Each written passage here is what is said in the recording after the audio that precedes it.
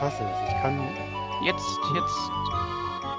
Ich kann Felix gerade nicht entmuten, weil das Kontextmenü sich nicht öffnen möchte. So ist Discord so fucking langsam heute. Das geht mir auf den Sack.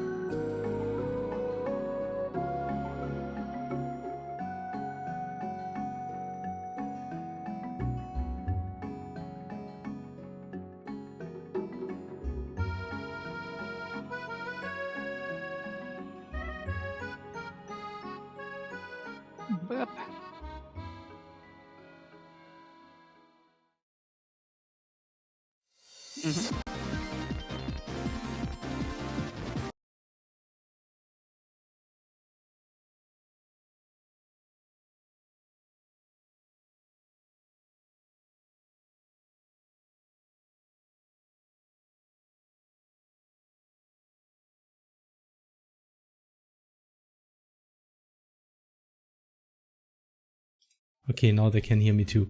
Hello everyone and welcome to our Alabaster Gamedev stream. I'm Felix aka Laxen. I will do the game development, and with me in the voice chat today are Stefan aka R and Tiflora aka T.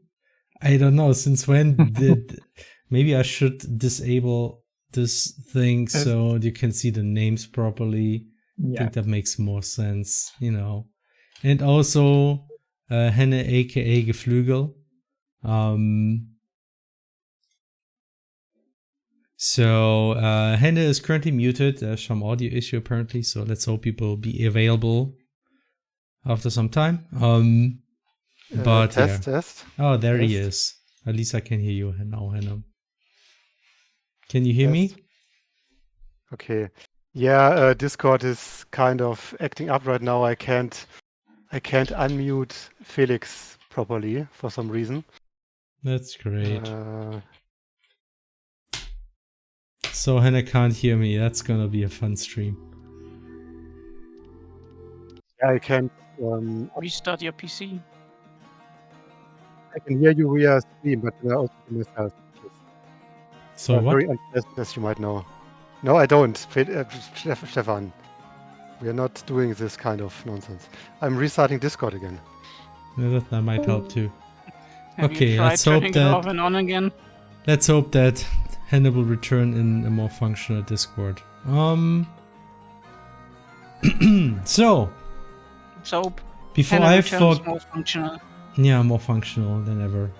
So before I forget, we already got a subscription by Mayoff, who subscribed for 24 months already, saying, OMG, it's my once in a month chance to type something in here, you say it on stream. And that's just what I did. You're welcome. And yeah, so we are back with another stream. We are kind of behind schedule, like usually try to at least make one every month, but the last one was in March, and I think the one before was in January, so it almost feels like it's now every second month now. That's yeah, we should try to do a bit better moving forward. Anyway, so today we will work on NPCs, because the game frankly doesn't have that many NPCs so far. I mean, at least, you know, NPCs being in the world, running around and all that. But we do have all the technology for that. We just need to actually script the NPCs. So that's something I want to work on today. And another thing I wanted to work on is maybe implementing NPCs, riding other NPCs, specifically our, you know, the cow-like animals we have in the game called motoyakis. you know, you're supposed to be able to write those, so let's hope that works in terms of Z fighting and all that. We'll see. That is something I want to work on. And yeah, that's the plan. Do it better in this economy? Yeah, we can barely afford to stay alive, so how we are supposed to do game dev streams, I guess. So, and the question, is this OST from Alabaster Dawn? No, this is just some random video game playlist. The one music you heard before the stream actually started, before you saw my face, was from Crosscode. Dennis, the composer from Crosscode, will also do the soundtrack for Alabaster Dawn, so you can expect similar kind of music, though he tries to go for a different approach as far as I know.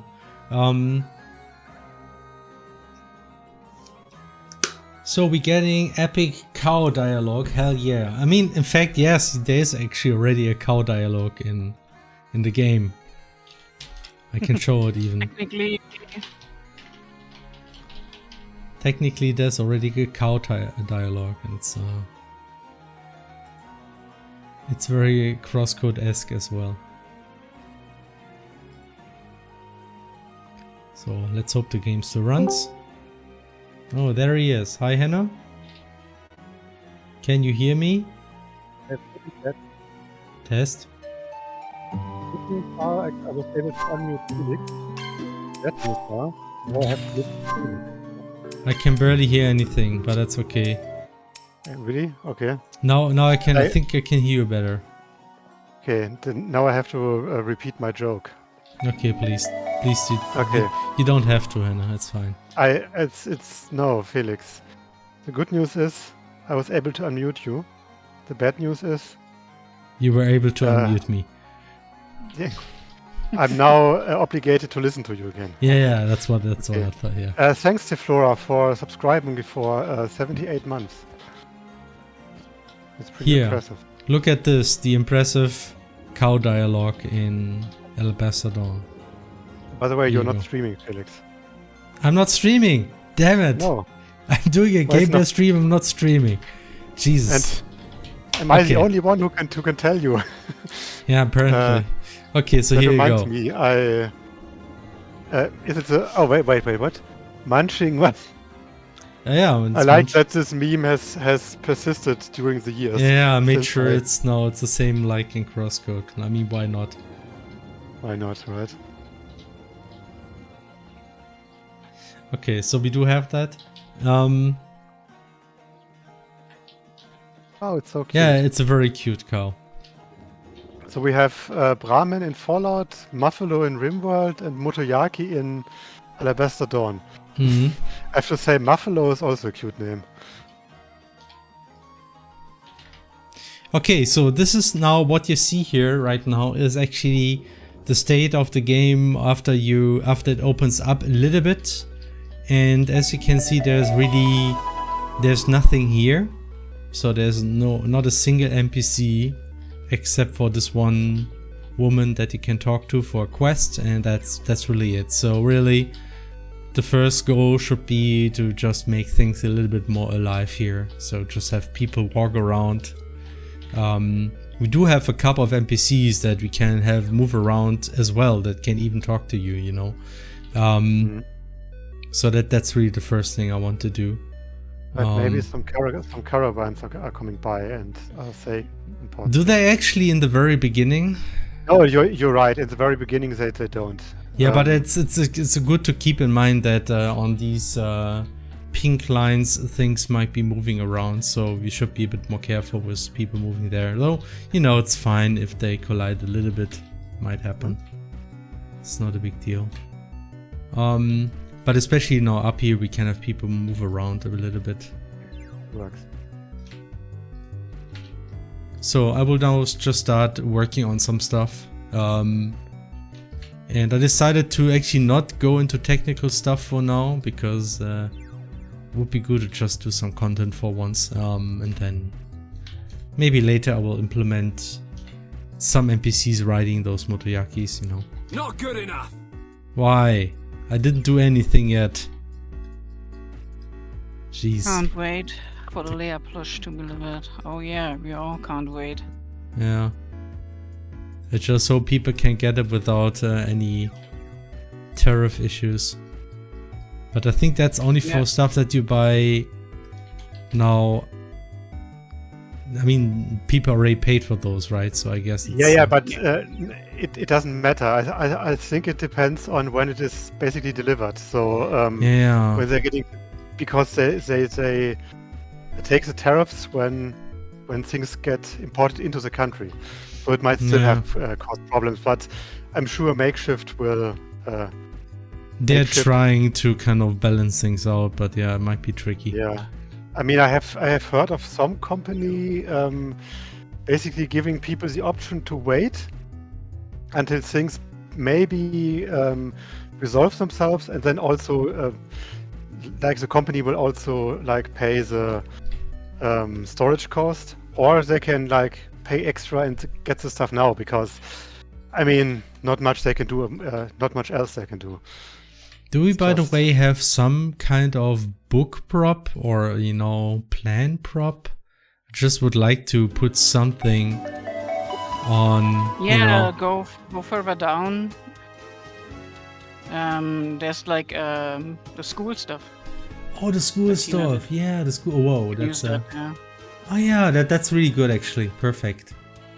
I just need to make sure it's also not overlapped, because that's good now. No overlap, only guy. Yeah, because otherwise you can see I forgot an Estera's feet behind the book, so we don't need that. Okay, this is already a lot better. Like because she was just standing. Black Eagle. 48 months. Jeebus Christus Maria Herbst. That's a lot of months. That is indeed. Chat, do it now. And hi to new Gamedev stream. Hi. Prime sub.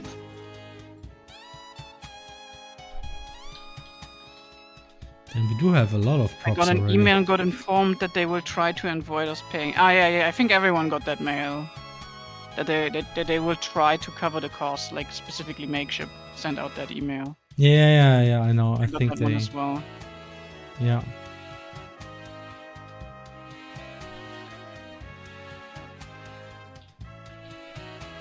I mean, sucks for them, obviously, yeah, just as much, I imagine. I mean, sure. I mean, they didn't really. It's kind of out of their control. These kind of things. It's well.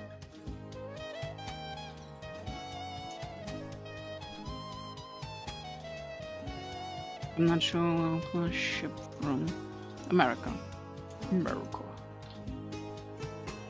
I think. Do they actually ship from America? I think they're not produced in America. I'm pretty sure. And the problem is, I think it's not the problem. It's not when it's shipped from America. The problem is when it's shipped to America. Specifically from China. I think that's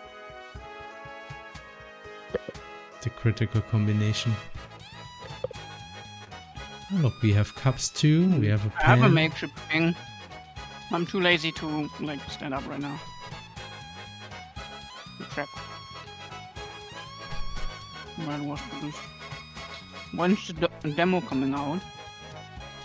Will it come with the early access? No, actually not. So it will not come. It will come sometime before the early access. That's what we want to do. And it will also still take a little bit longer. So I think at some point I kind of may have promised a bit too much, writing like we're getting very close to it. But the thing is, we kind of decided to make the demo a bit, you know, more powerful. Like try to make it a bit better. And that's why it will take like a little bit longer still for us to wrap things up. You can say what it is. The reason why. I think it's better to be. Yeah, like okay, let's just say that you remember how CrossCode had this cool prologue with Shizuka running around and all that. we are trying to do something like that for Alabaster Dawn as well. And it should also be part of the demo. That's what we are currently planning to do. So that's one of the major reasons why it takes longer. Except for otherwise it's just polishing. Trying to get like the best possible impression. Yeah. I mean, I'm sure it would work without it as well, but with this it will work even better. And this part of the game has to be made at one point anyway, you know? Sure. Yeah. So this is not about us polishing more, but actually putting more time in to make the content that is going to be there anyway. Yeah, and it's mostly there just to, you know,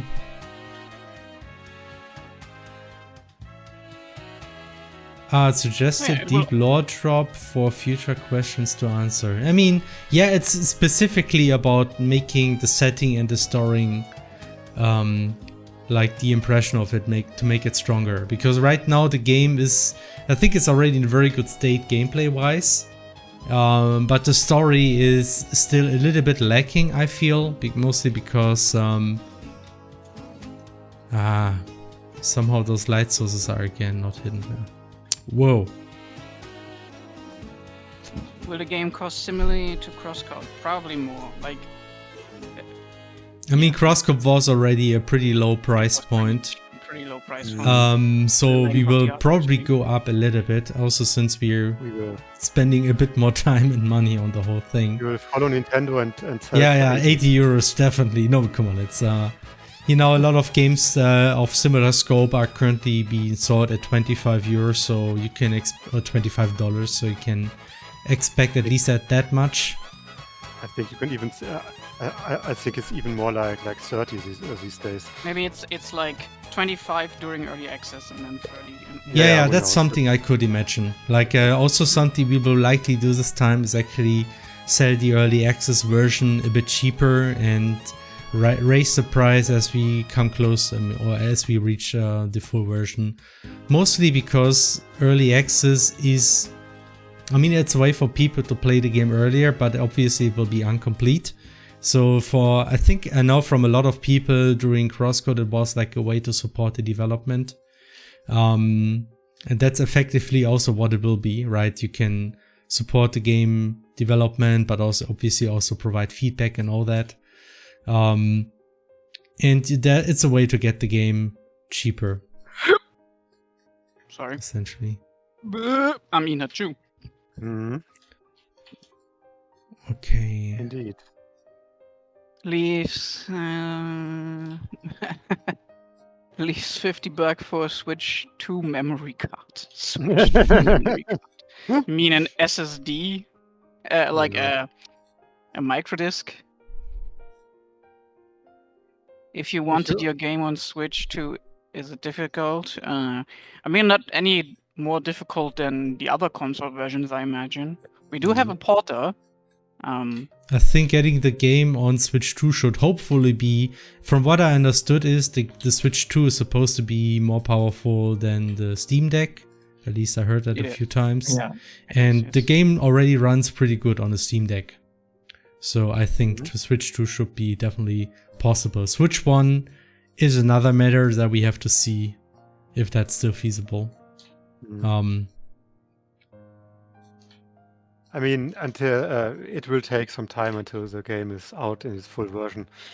The port will happen, so who knows how widespread. I mean, you know, people were really, some people were really negative and pessimistic about the Switch 2 because of the price and because of like the world situation and money being scarce and stuff. But I mean, isn't it like sold out or something? Is it? Now, or like in terms of pre-orders, I think it's basically sold out in terms of pre-orders. Well, there you go. By the way, it was I mean, like, it might just be that scalpers brought a lot of product, you know? Oh gosh. Of course, but I mean, Nintendo doesn't care if you think about it like that. It's definitely not a console that is. I think they do, but it's out of their hands because. Yeah. like, Okay. retailers- Okay. Yeah. I mean, my On their point was, website, you couldn't order more than one. I mean, my point is more like it will very likely be pretty widespread by the time we actually release Alabaster Dawn. Yellow Camel Also- ask, hey, also subscribe for 44 months, I should mention that, and asking, hey, will also release the game on itch.io or other no-copy protected platforms again? I think it's something like, good old games, GOG might happen again. It's definitely something we could do. I mean, we did it for CrossCode. Also, the Steam version was not protected. Yeah, No. like, to be frank, yes, the game isn't, like, CrossCode wasn't copyright protected even on Steam. And it also will, like, we won't do the same for Alabaster Dawn because frankly, it's not worth it. So even if you get the game on Steam and Steam suddenly decides you don't own this license anymore, you can actually still play the game as long as you have it on your hard drive, so it's fine. It's a pretty simple game in that sense. I mean, CrossCode Wars and Alabaster Dawn will be the same.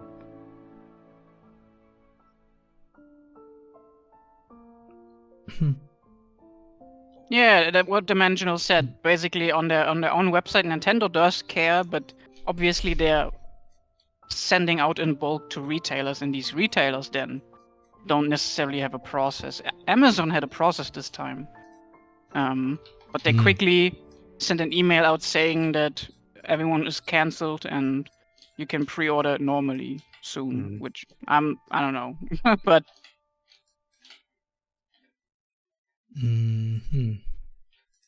Personally, I don't think the Nintendo Switch is that expensive. It's probably still a loss at what it's produced, simply because Nintendo sells games, not consoles that much, I think people Any are console. mostly not that angry at the console price, but more about, games now being sold at 80 euros. But at least in Nintendo, we know that when it's a Nintendo game, the money doesn't just go to some CEO, right?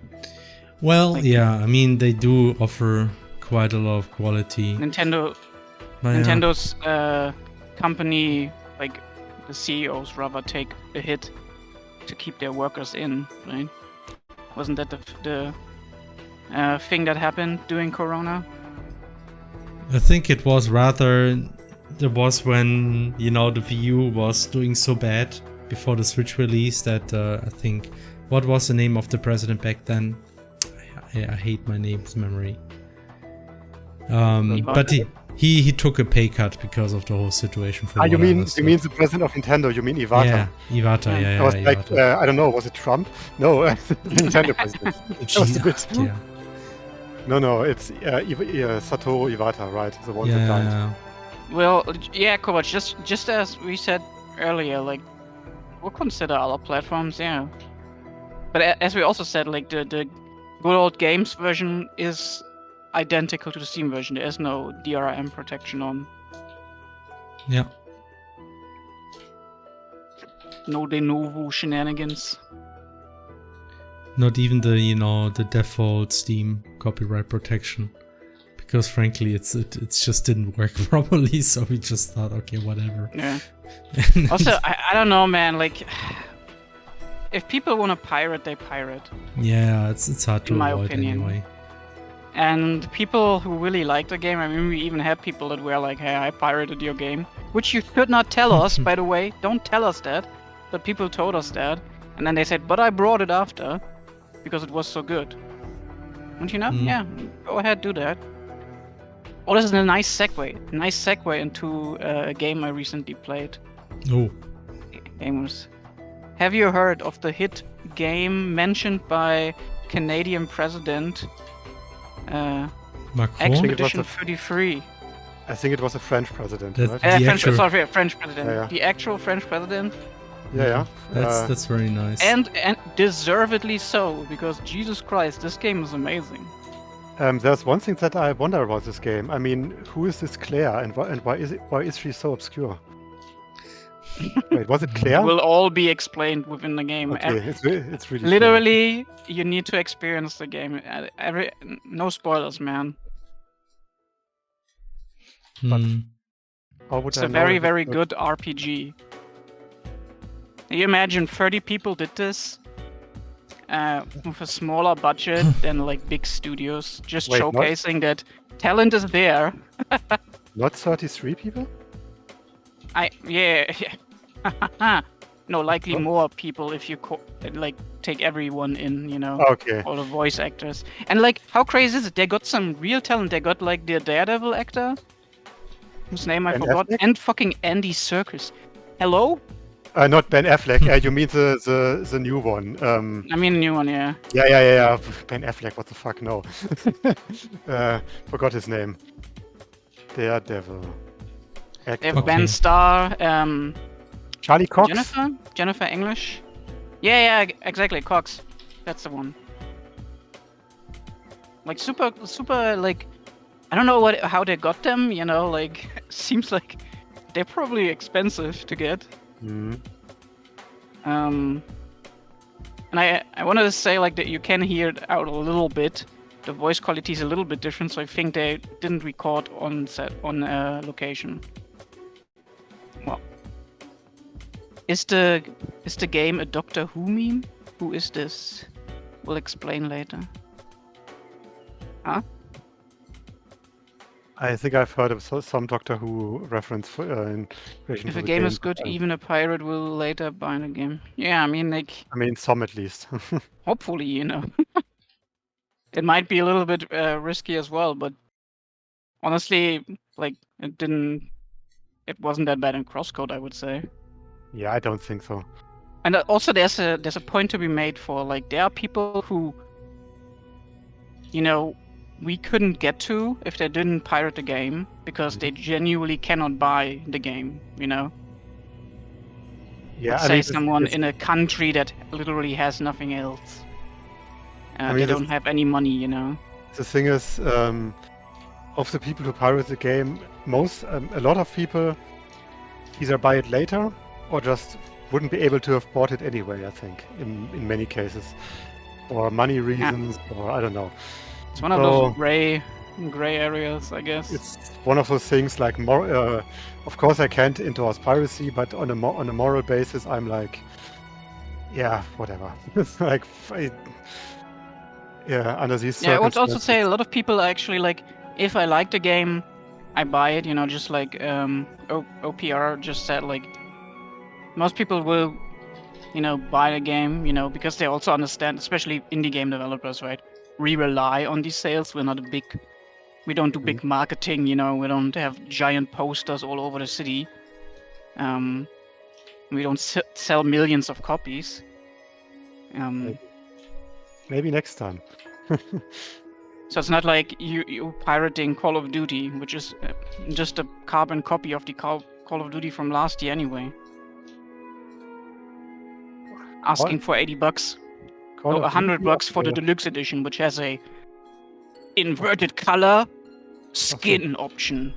of the hit franchise Call of Duty by Tom Clancy. No, wait. Is Call of Duty by Tom Clancy? I don't think it is, right? I forget. No. Okay. Tom Clancy's Ubisoft. Okay, but I mean they have to pay Kevin Spacey or something. I don't know who they have these days in the Call of Duties. This is the first stream I joined. Are there gonna be any cats in the game? Perhaps. Surely there are some cats somewhere. But they will not be called cats. They will be called Neko. Wow, creative. By the way, I added some commands. I want to try them and see if they work. If I do this. Yes! You do exclamation mark engine. Oh, nice. Perfect. Get a little Nice. explanation. Very nice. We can have yay. Amazing. I first read this as Lea, like the exclamation Yes. mark. And I can add many more. Nice. If ever a question comes up over and over again, just let me know. You can also see a list. I think it's command.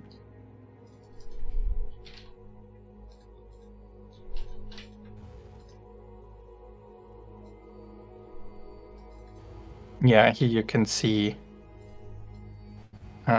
this.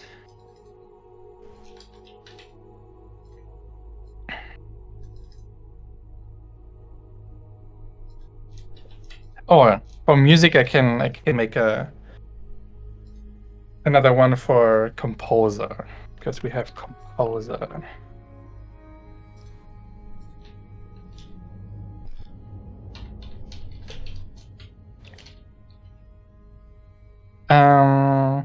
The engine inspired by Impact is actually engine CC. For Crosscode, I have another one. I feel like we've come, we're more and more away from Impact. Yeah. I wouldn't really mention No, it Impact hasn't, as the yeah. base for our current engine. That really is now a 100% custom engine at this point.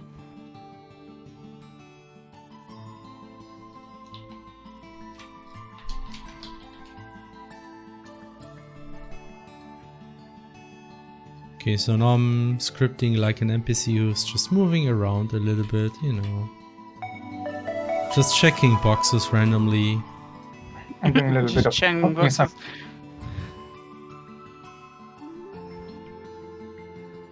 Then going to a tent.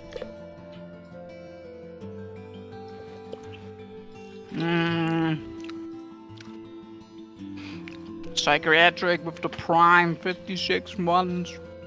Psychiatric. This button Alright. appeared again. Blame Hannah. Yeah, same, to be honest. Yeah, it's likely my fault somehow. What button? Can you remember what parts are still from Impact.js? None. Like, this is what we're trying to say. This is not any Impact.js anymore.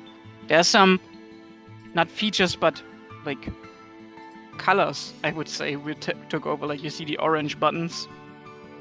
They were orange always, right?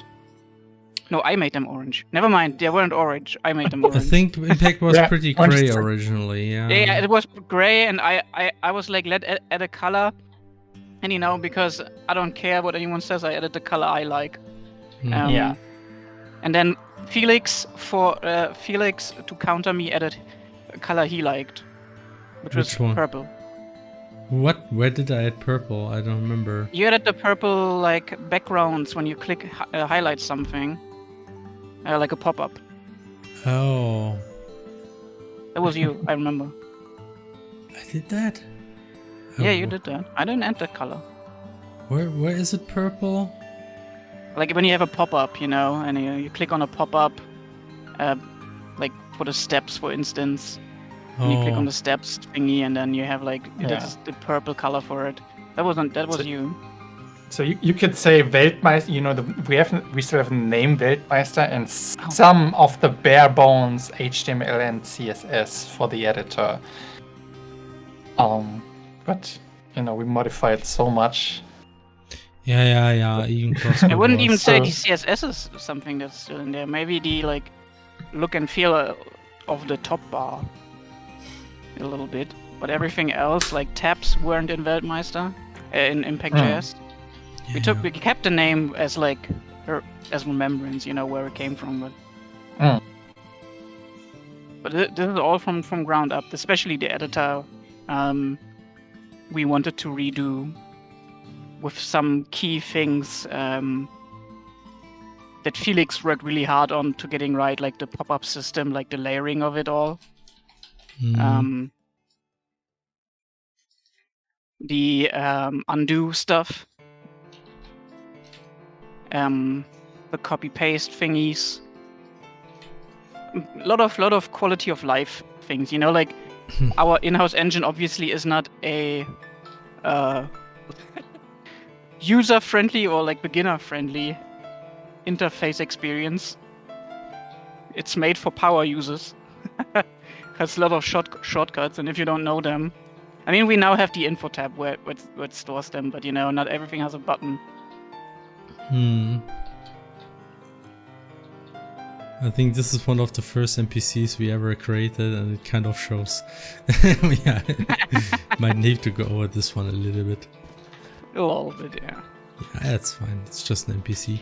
And I just want to have people run around a little bit, do random stuff. I mean, Okay, we could have children running around in circles. Yes. That would be nice. Let's That's get what children do. Pilana. Pila. Oh my god. What are her names? He or me? You do have other kids here. I can just make those run around for Oh yeah, now. we have. Right, we So I have. don't more have to kids. give them. Oh yeah, right. So these are the so-called like the generic NPCs we put in the game to fill out, like, to make it more lively, and then we have the like more important characters which always have like a portrait associated with them. Yeah. If I remember from last stream, the font system is custom for the engine.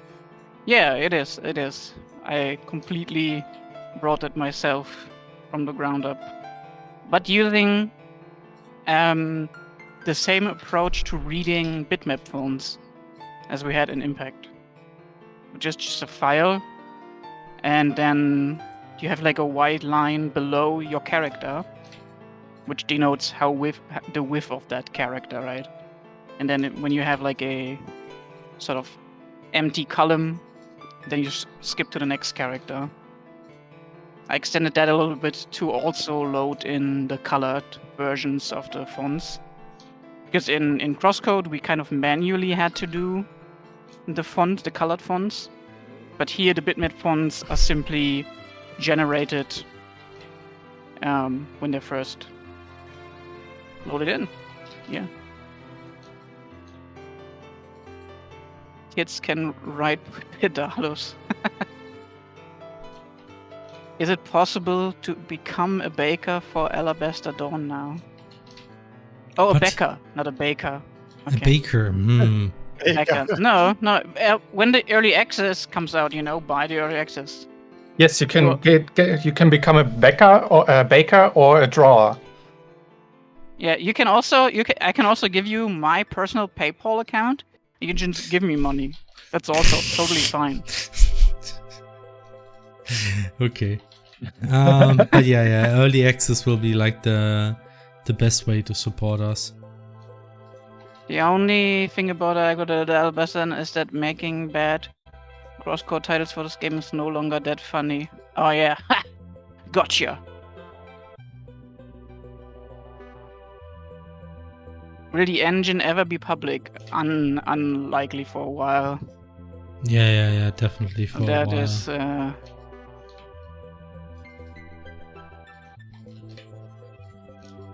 Damn, that's a long route I'm doing here. Why am I doing this? Mod support later. We won't be adding mod support, but it's JavaScript game. You will be able to mod the game fairly easily. I mean, we already had a very active and creative modding community for Crosscode, and I assume they will be very active in Alabaster Dawn as well. For sure.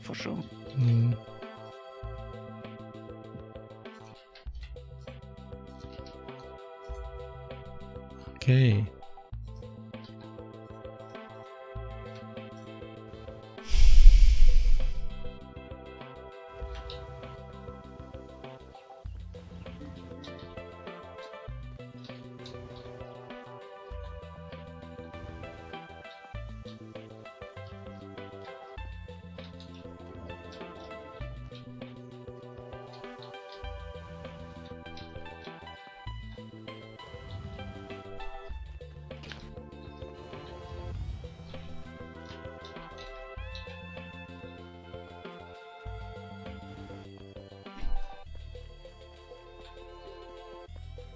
I always recommend it's so good. Thank you. Are you guys excited to see what modders will come up with? I mean, sure, yeah. It's certainly a bigger task this time around, right? Because it's not sprite-based necessarily. You can make sprite-based enemies, but there's a little bit more setup, I think.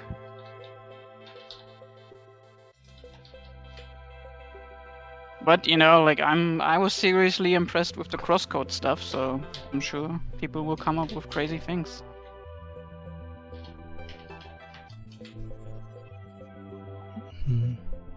Oh, Flora, someone asked a question. Oh, what? composer question. Same composer. Oh yes. Here, let's go. Wait. Oh fuck! I fucked it up. Wait. I got it. Yeah, here you go. But also I told you about it so that you can. Dude, you need to practice too.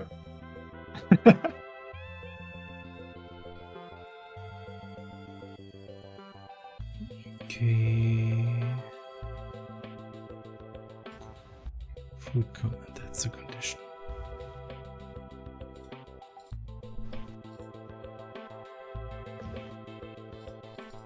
I also wanted to make a social command, but first I wanted to polish our link bio.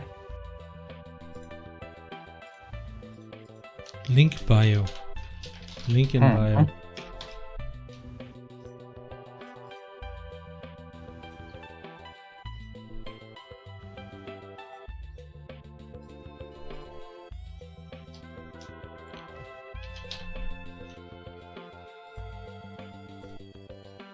Yes, I heard there was an MMO experiment there. MMO, more like a multiplayer thing. The inspiring game composer Crosscut has some of the best music I've heard in game. I'm sure Dennis will love to hear it. So... Oh. And actually that's a new feature I recently implemented. You can now skew the game this way too. Huh? That you can skew the camera to be closer to the horizon. Actually, like some frustum checks will not work correctly if you skew. Could you add a snap for that? There's a snap now. I actually added one. I think not too long ago. Might be a bit too subtle. No, it's fine if it's... Yeah, I see it, alright. Yeah, it's there. When I tested it, it wasn't there, so I was like, oh no, I can't return to the default. Yeah, maybe we can also add an option to just disable it, honestly. It's not... Might be a better idea.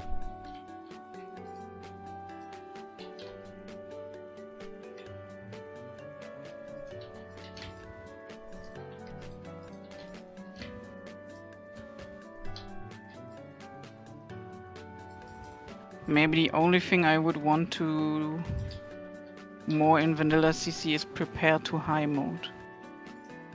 Wait, you mean like in Alabaster Dawn or? Why did she doesn't do make a custom game engine? Because we're crazy.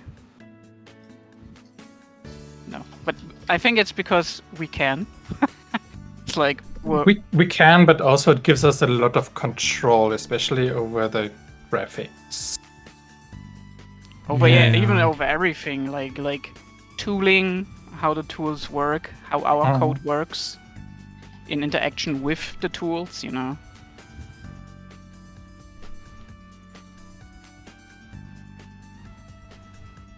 Should I try making a game engine as an IT student?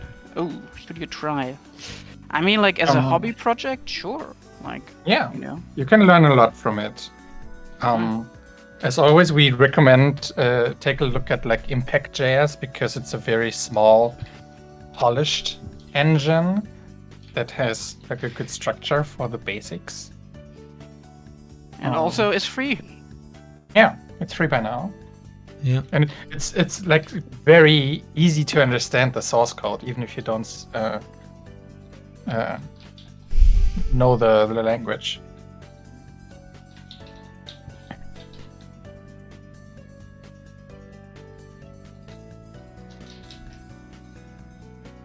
And the other thing that's good for making your own engine is you can make it very specific for your use case.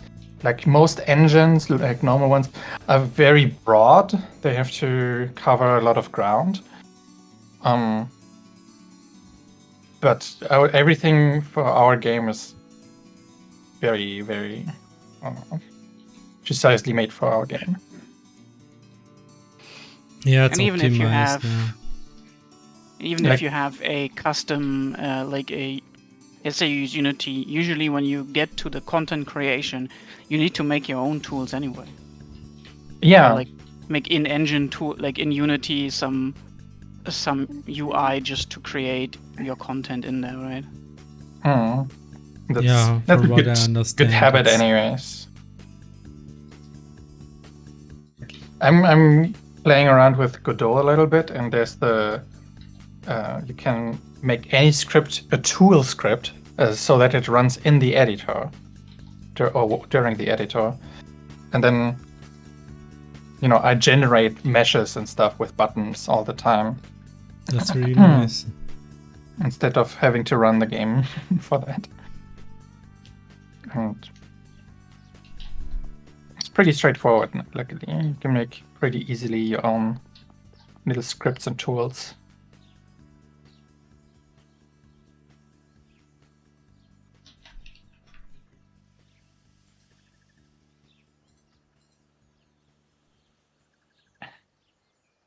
Oh, you want to complete Prepare to Hire. Well, good luck.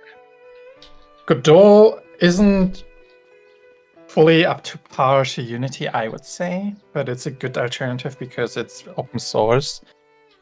So if you have any problems, you can either change things yourself or you can ask people. If they, a lot of requested features get added over time. That said, it's still very in development, very in progress. The API changes quite often, so if you upgrade your project to a newer version, you have to overhaul a lot. But it gets less and less with time. And one thing that's very good in Unity, in my opinion, is the customizable render pipeline. The render pipeline in Godot is pretty fixed. They added some things recently, so that you can add your own render steps, but only in post, I think. And I guess you can go pretty low level and write your own rendering code, but then very similar to writing your own engine at that point. So yeah. It's very good for prototyping, I would say.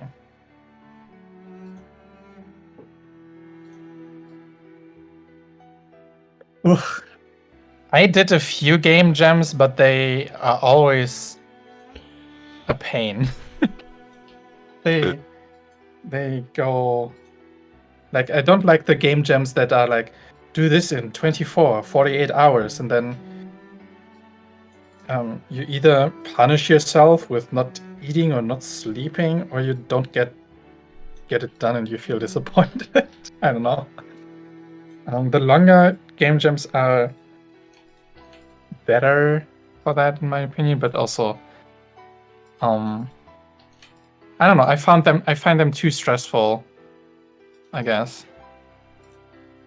I mean, I think the thing about game jams is it kind of forces you to do something really basic, so you get it done in time. So I think the time limit is kind of, I mean, 24 hours is extreme. Like, I also prefer it if it's at least a few days or maybe a week or something like that. I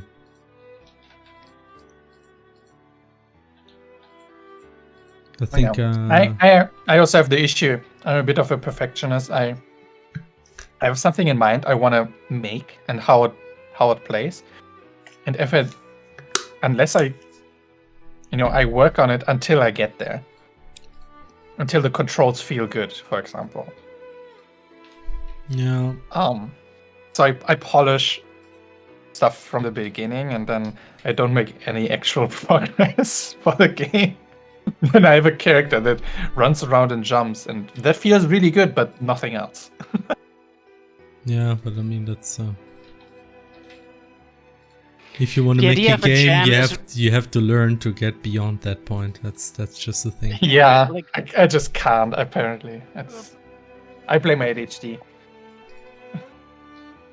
That's a cope. Don't cope. Don't blame. So I can't blame my ADHD, I have to blame myself. No. Who wants that? Yeah, that's being called growing up. You have to blame yourself. It sucks. OPR, I wouldn't say it's crunch. So basically, game jams are really the intended idea of game jams is really make a short, snappy idea and make it crappy. You know, it's more about fast firing ideas. But it is also a crunch, yeah, let's be honest. I mean, yeah, but game it's not. jams It's like usually- crunch for me is really like a long period of time where you'd work. Like for me, 48 hours isn't really crunching. It's more like a sprint. You know, like remember when we did the tower mini thing? That didn't feel crunchy to me. I mean, I went to bed because I was falling asleep on the computer. Yeah. I remember you were just like, nah, I'm good. I don't even remember how long we worked on that. how little I slept. I think it was 48 hours. I mean, the biggest. By the way, I also answering the question for me. I think I participate to a couple of game jams. There's one where I think originally it was me, Dennis, and now I have to wonder who Ninja Hobo Connoisseur, who was actually involved in the first time we did this one. I know that I was there, and Dennis did the music already back then.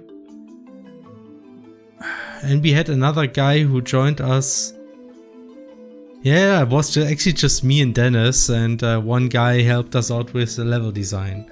Then later we also did a Game Boy Advanced, a Game Boy style version. I think where also Stefan helped with this, or at least Teku, I remember. Robo Ninja? Robo Ninja, yeah.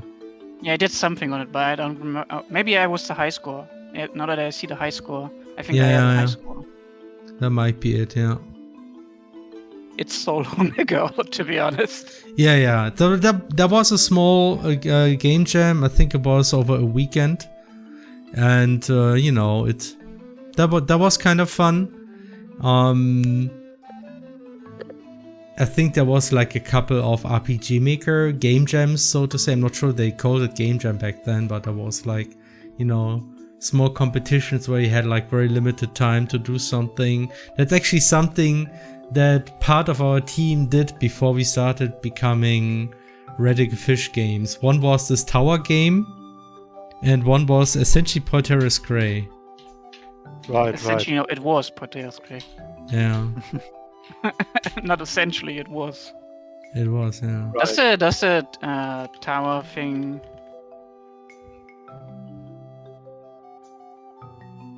I mean, the tower thing, wasn't that even like 24 hours, or was it a weekend? Good question. In Mega Penium, you find all the answers because they're very thorough with stuff. Yeah. I mean, Porteris Grey was, I think, a week or something. But...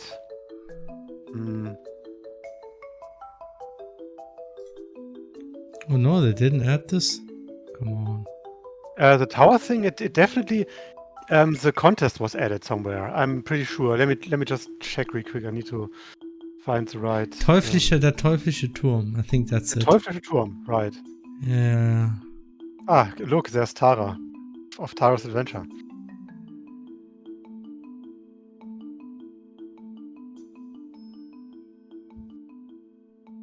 I think that's the one. That's the one here. That's our entry here in the 5th floor. It was like the nature versus technology floor, where we kind of made like the whole, tried really hard to make nature look really dangerous. It was, right. And by it really dangerous, was we mean extremely slowly moving turtles. It would one-shot you. And also, it really was a 24 hours project. Dang, yeah. It was a really, really short thing. And I think we were the only ones that had like some kind of tech in the, like some kind of consistent script in the entire thing, because you made like an item. Yeah, we had small like a system where you had to use items to get here and there around and all that. Yeah. really simple item system. Yeah, it was pretty basic. It was fun actually. It was just, I think the whole thing about the console actually had like a single map, I think. So we had I think we had one huge map where the whole game played on. Yeah, that was the concept, and we had to, and I assume we had to be really, really careful with the editing, because I remember we used Dropbox back then. Oh boy, yeah. And we actually won first place. Dang, yeah. Yeah. That. I mean, okay, it was an RPG Maker contest. Wait, we won first place? Yeah, for the Teuflische Turm, we actually won the first place. Hey, I don't remember that, to be honest. Oh no, yeah, no, right, yeah. I feel like I was third, but that was the Game Boy one, right? Yeah. Where Felix, Henne, and Dennis only won because the game was it was really cool. It's an RPG Maker game that's really, really good for the short amount of time that they worked on it, right? But it wasn't an original resolution. How dare you? Yeah, it was a bit. We cheated a little bit. It wasn't really cheated like a little bit with the with the Game Boy. I mean, not just resolution. There's also some other aspects that I think. But the colors, I think, were pretty consistent. I tried really hard to make it only 4 colors. Yeah. The colors were the right ones. Yeah.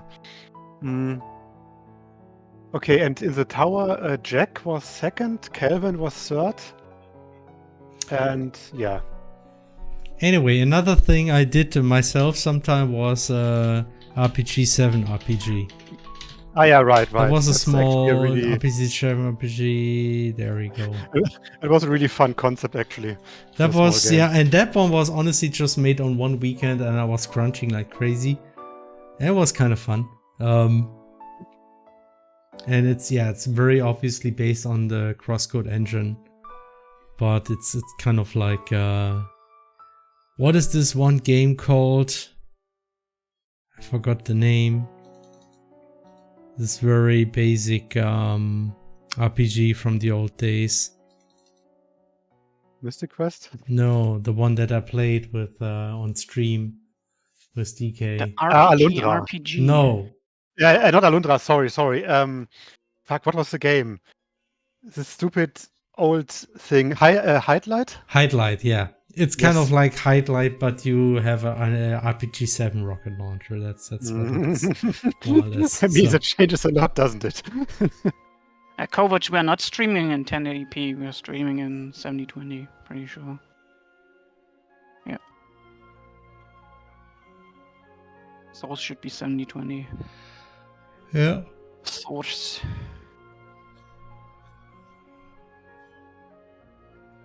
But you are on your 1440p monitor, right, Felix? Again, sorry. You are on your 2K monitor, right? No, that's it's not 2K. Yeah, it's a 2K. Yes, it is 2K. Yeah. So like everything is like, in case anyone was wondering on stream, everything's scrunched up a little bit because of that, the text and stuff. Oh. It's a little bit hard to read on stream. I see. Yeah, I think back in the day I always reduced the resolution, but these days I'm too lazy to do that. The best resolution is 1928p, I think. 1928p?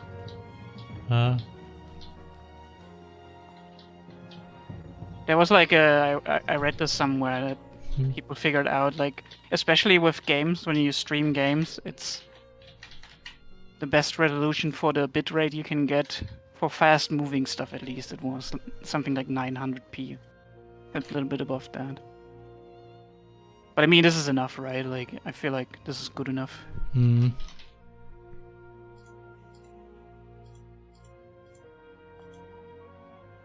A slow and tanky enemy that follows you throughout the entire game. Please no Resident Evil in our game.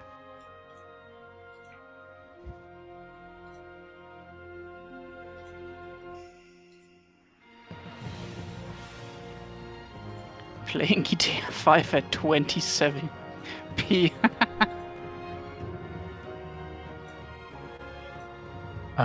I'll be right back. Okay.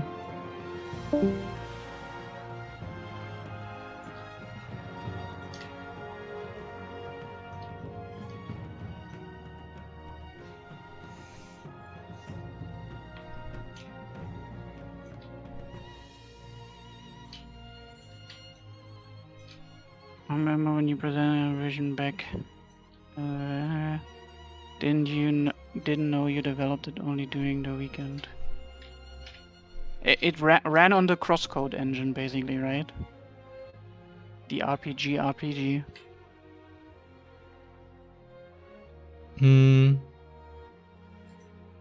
It's it's a crosscode engine pretty much.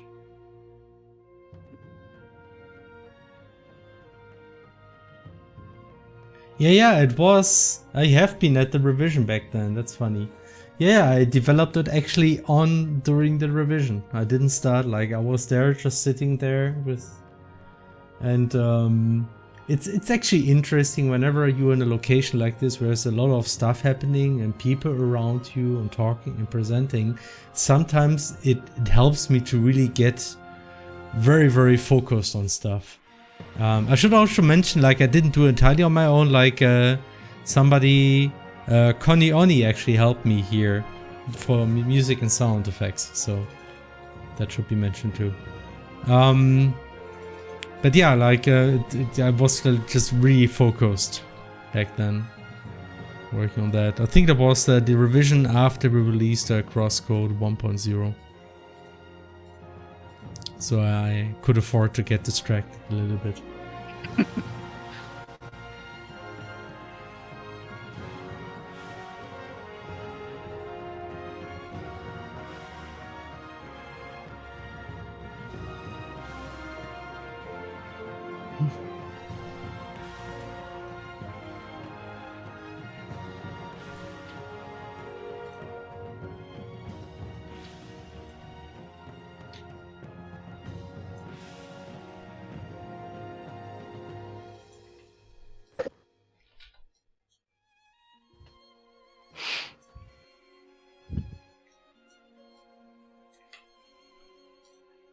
Does Hobo Ninja even work?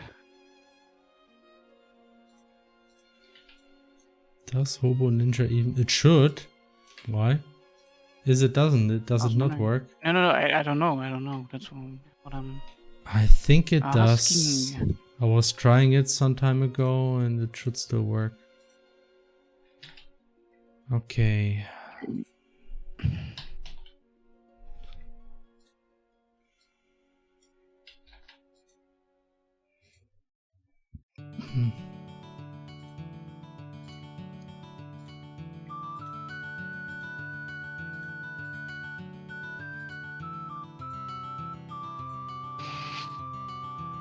Now that I see it, we should have a character named Soko again. Sonstige Kosten. Additional cost. Oh no. Oh gosh. Additional cost. So in English, yeah, Atco. She would be called Atco in English.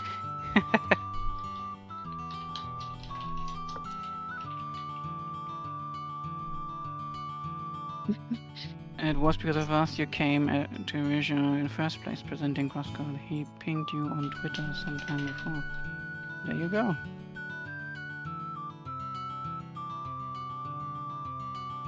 In fact, I think it was because of us you came to revision in the first place.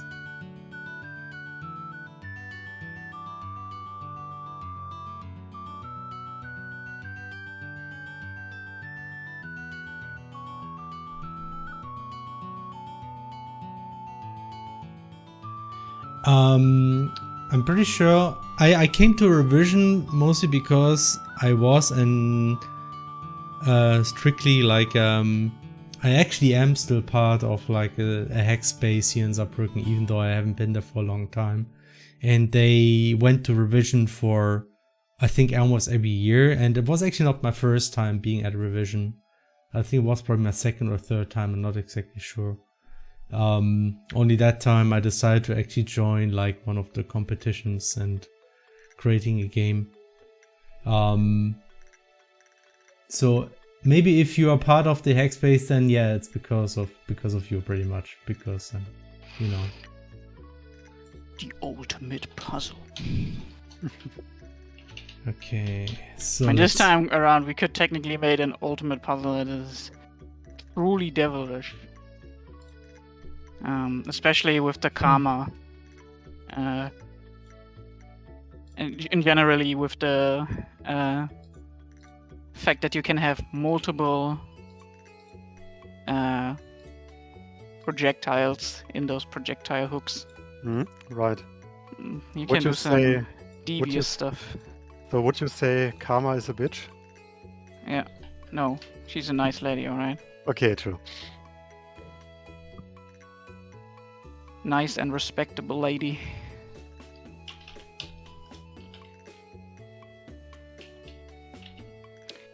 Ooh, I'm seeing that Nix Grove could use some wall tiles. I can do that. Hmm?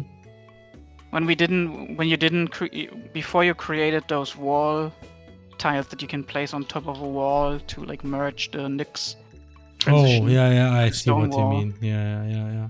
Yeah, there. I can do that. They're so good. They're so simple, but you can even use them on slopes, and it still looks good.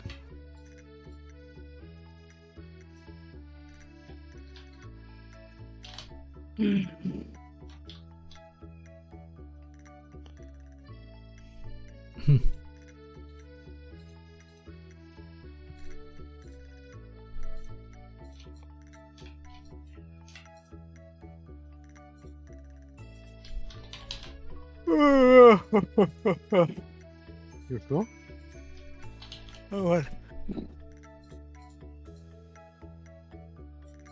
Time. Also, next week is Cross Week. It is. Week. It's next week already? Damn. Oh yeah, but maybe we Sweet. could talk about this a little. This is like something that What is might be- Cross Week? Please explain to me. Yeah, Cross Week is when we all meet up somewhere in Germany and, you know, in real life rather than over the internet and just work on stuff. Usually our currently ongoing project.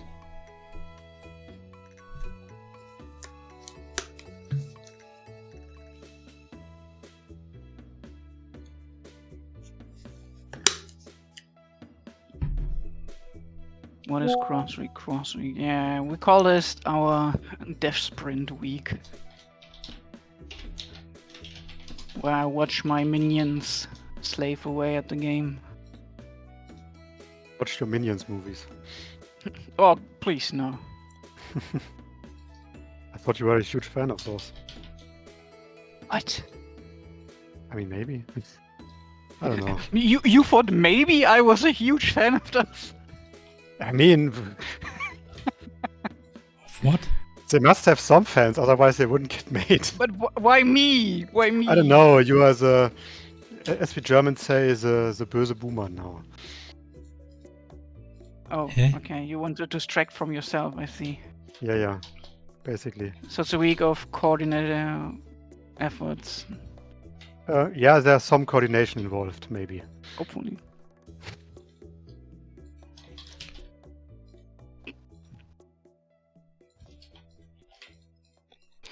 I know what I will be coding.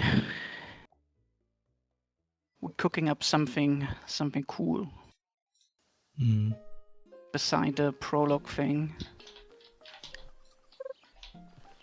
I actually have been mashing away last week. Pretty hard at this one. Look at this. Oh, this looks nice. Oh, They just appeared with something. I just want to say that, just like... Yeah, like I need to Oh. do something so Oh. they are resetted. They do a hard reset. Let's see if I can do that. You're still on Win 10. What do you think of Win 11? How would he know when he's on Win 10? Jan. Look, I used hide entity here. That's not correct. So instead, I would How- just say How can we know? reset char instant. Here we go. It's like with drivers or with any software, you know? Why update when it works? Unless there's some big new feature that you want. Why Yeah, it's update? I think I haven't updated my graphics drivers in a while. Which has recently been proven good, because apparently NVIDIA drivers were bad.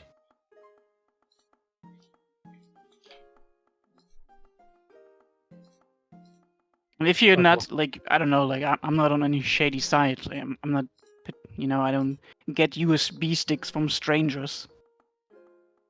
The most sketchy site I visit, I would call is YouTube. There's a lot of sketchy stuff on there. That's true. I mean, the most sketchy site that I sometimes still visit is Twitter, but. Oh yeah, maybe some. Yeah, right. Maybe it's like the most sketchiest thing is. I mean, any social media app, but otherwise, like I don't know. I mean, if you still visit Twitter now and then it's definitely that sketchiest site. Yeah, no, I'm. It's out of my bookmarks and everything. I don't know. Yeah, it's a good idea. I'm only sometimes on there when for some like fan artists and stuff, but otherwise I'm.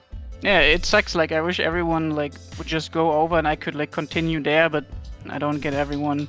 Yeah, I'm like for all of my favorites, I'm like, yeah, let's see if they have a blue sky, and some do, but some don't, and that sucks. But I mean, what can you do? They also have a finite lifespan, I guess. Everything good has come to an end, I suppose.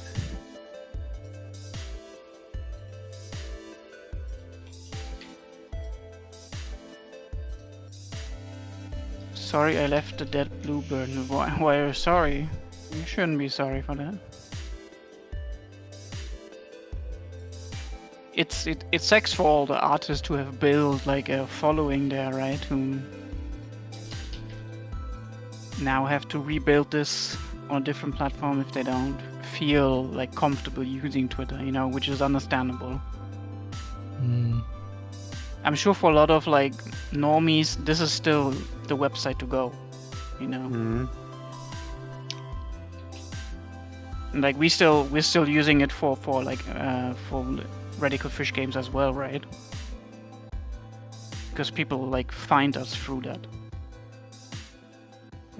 Sky just doesn't have the basically, reach. Yeah.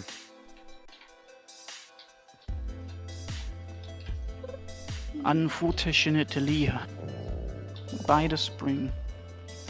Oh yeah, the Marmot family just has the best talking style. Oh, right, I really nailed that one. Okay. I just love how the entire family speaks. Just Toko running around jumping. Yeah, that's what kids do in that age. Yeah, at least in those games they do. Yeah. Like. Just spoiling a bit cutscenes a little bit. You can have him go to the motoyakis and jump at the motoyaki.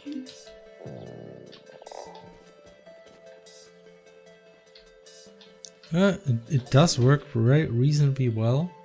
It's just that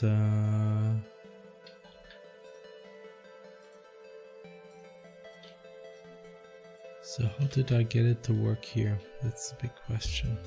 Twitter's mostly fine as long as you don't go to the shadier corners. Yeah, I mean, the algorithm will still bubble you neatly. I get so many stupid sponsored tweets about that's what I wanted to say. far-right nonsense, and it's the sponsored thing and the like pushing of the blue checkmark people.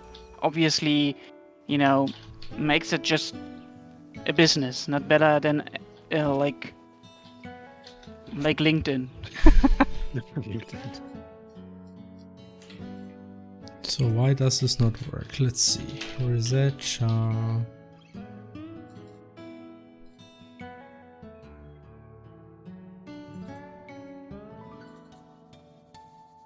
Oh, the instant is it's just not used, I guess. I mean, it's there, but we don't use that at current.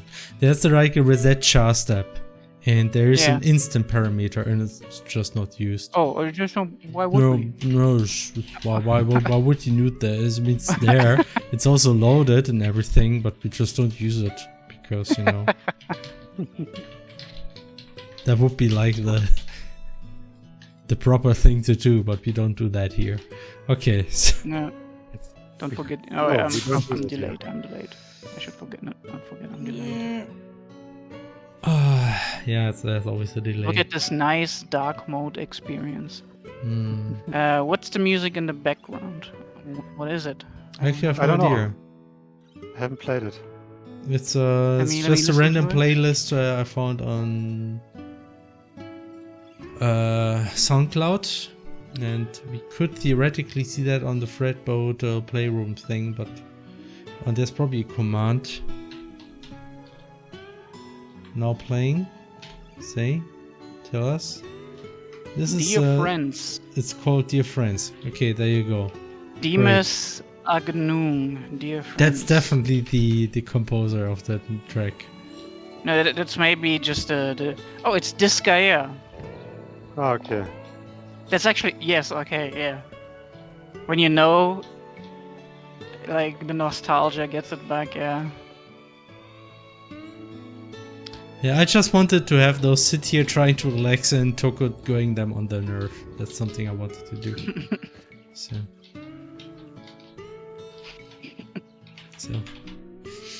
we can still write some dialogues later. For now, I just want to script the movement and make sure there's like all the NPCs are there and there's like things are more lively.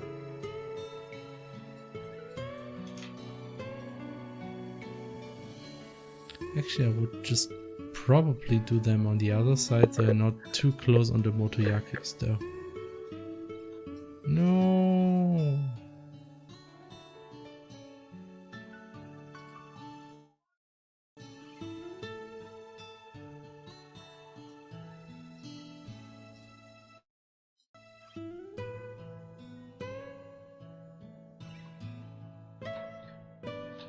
Dun, dun, dun, dun. Okay, good luck, Flora.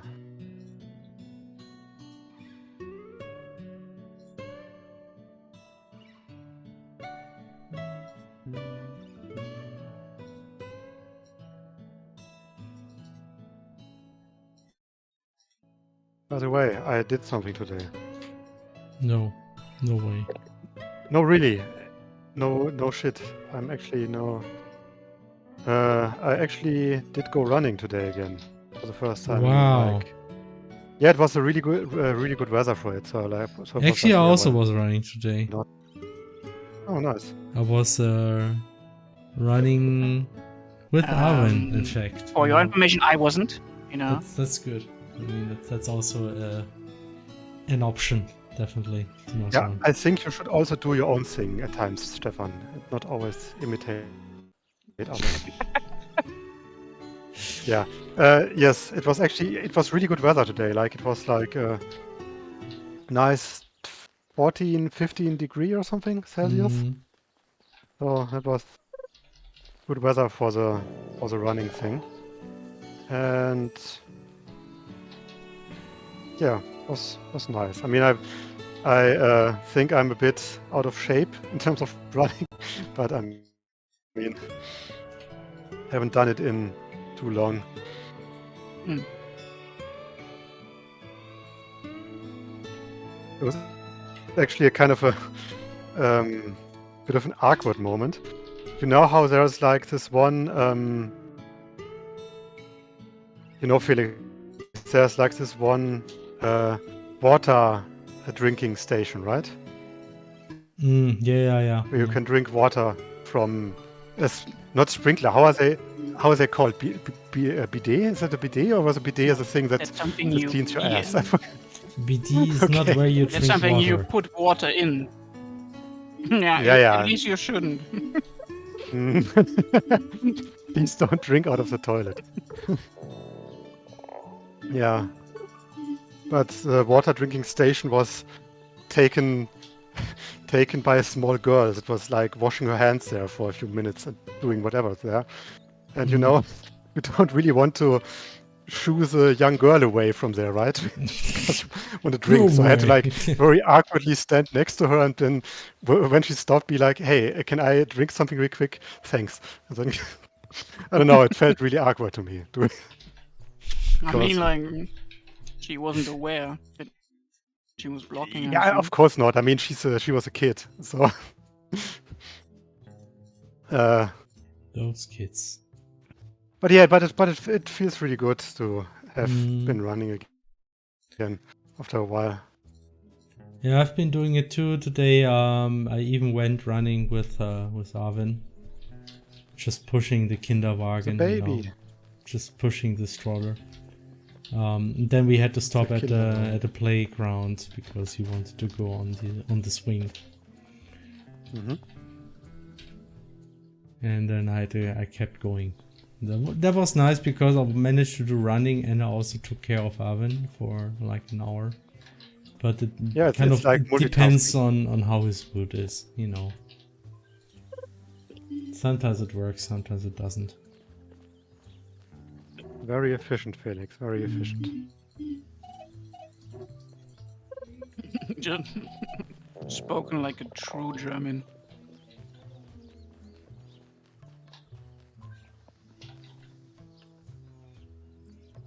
Par is floating.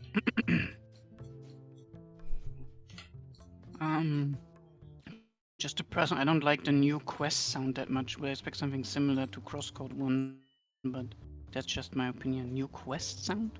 What new quest I sound? mean, it shouldn't be something like. Is there a sound when you get a quest? You actually don't. There's no sound right now.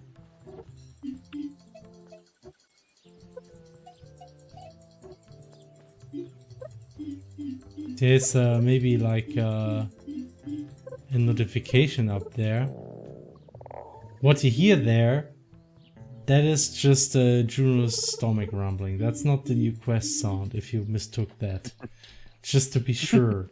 There's actually currently no sound when... What we didn't add something.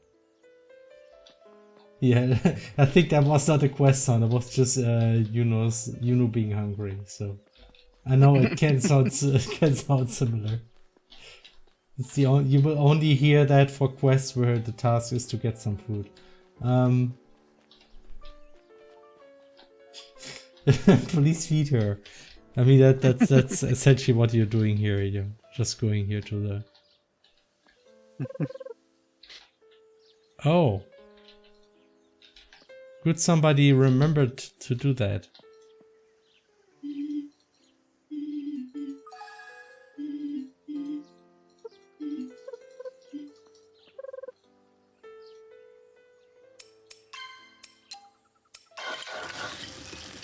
Juno now eats stuff, so it's an abstract bowl of food. Okay.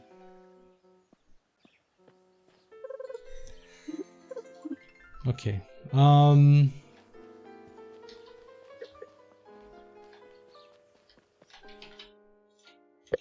nom, motherfuckers. Mother hackers, so sorry.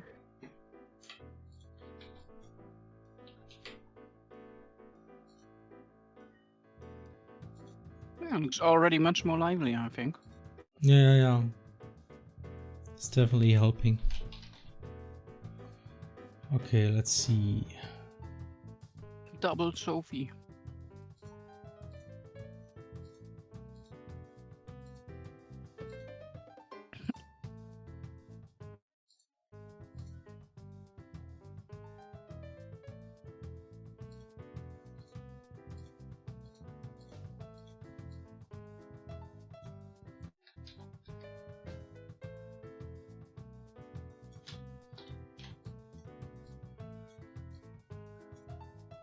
Oh, put in the big guy. The Fisher guy. Yeah.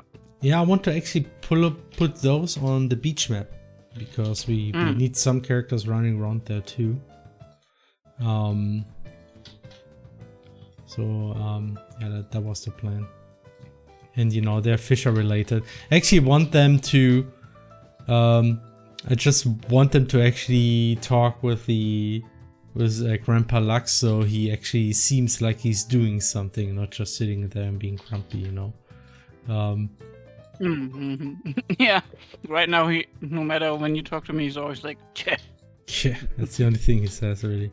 I mean, that's relatable, right? Yeah.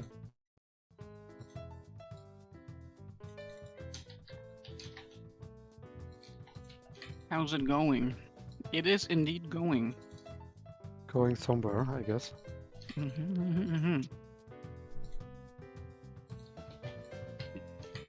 Achoo!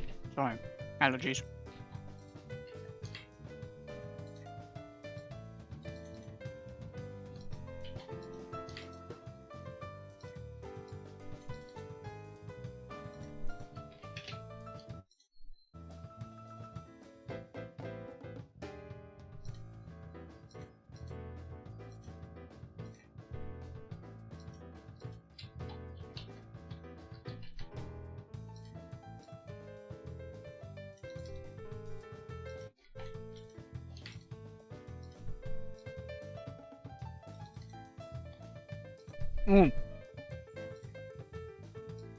Could make the weight random. Yeah, Big fun. there's actually range here, so.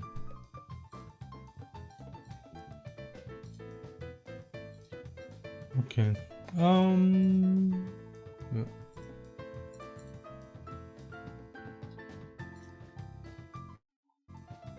Oh, we now have a range. So we can like disable the. Oh no, probably. Or did you like replace it with the rate random step? I think the weight random is still there because it was there first, but at some point I just added the range option because I think it's just Yeah, we easier should have to done this from the use. beginning, to be honest. Yeah.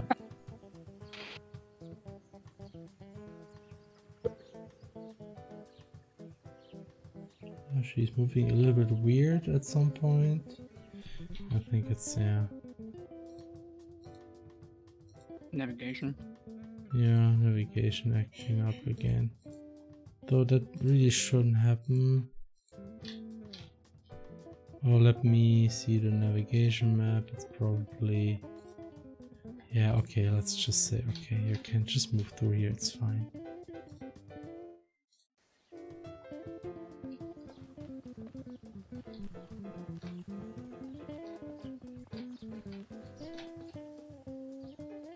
It's better, somewhat.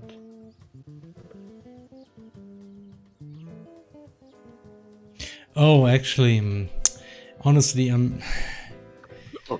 what's happening here is once again a character dodging another prop, and this is, I think, this will keep being an issue. I think I need to make sure that the collision from props is not really dodged.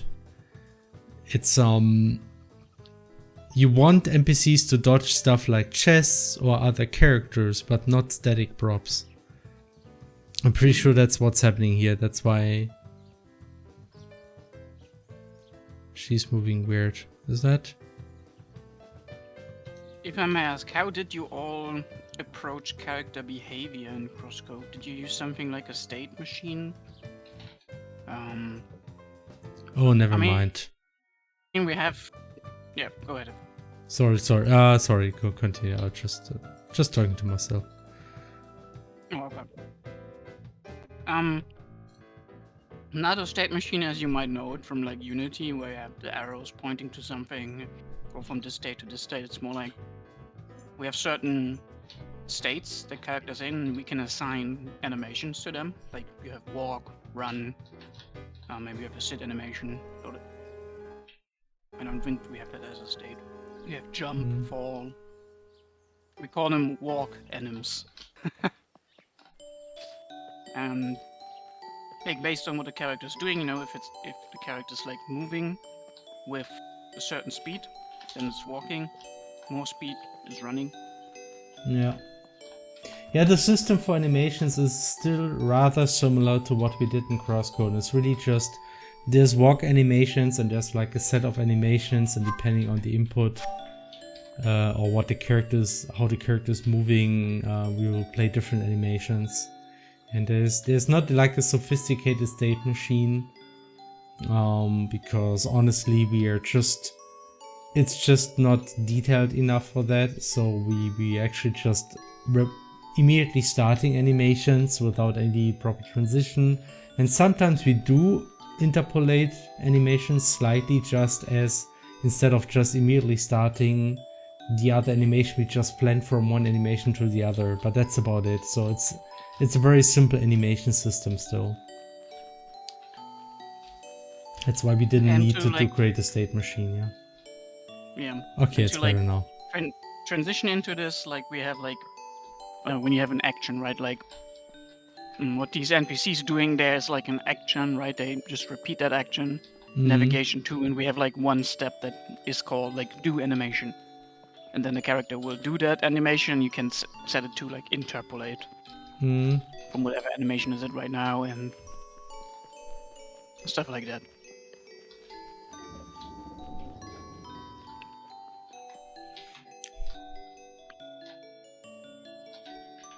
Should have one NPC just standing here taking guard and talking to Judo when she comes by.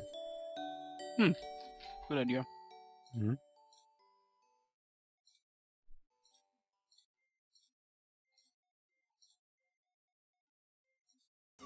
The new system allowed to break scripted sequences like wandering around and allowed to like follow you around. I mean, yeah, certainly you can cancel actions. That's how like when Juno attacks, for instance, that's just an action, and the moment you press space to or like the dodge button, that action is cancelled with another action. So you can do that, sure. But you could do that in crosscode as well. Yeah. And specifically for like the attack stuff, where we define these attacks, like first combo attack, you also define when you can dodge out of them, for instance, right? Or when you can move out of them. If you keep holding in the direction, for instance, how long? Like you can cancel the animation as well, or the action basically.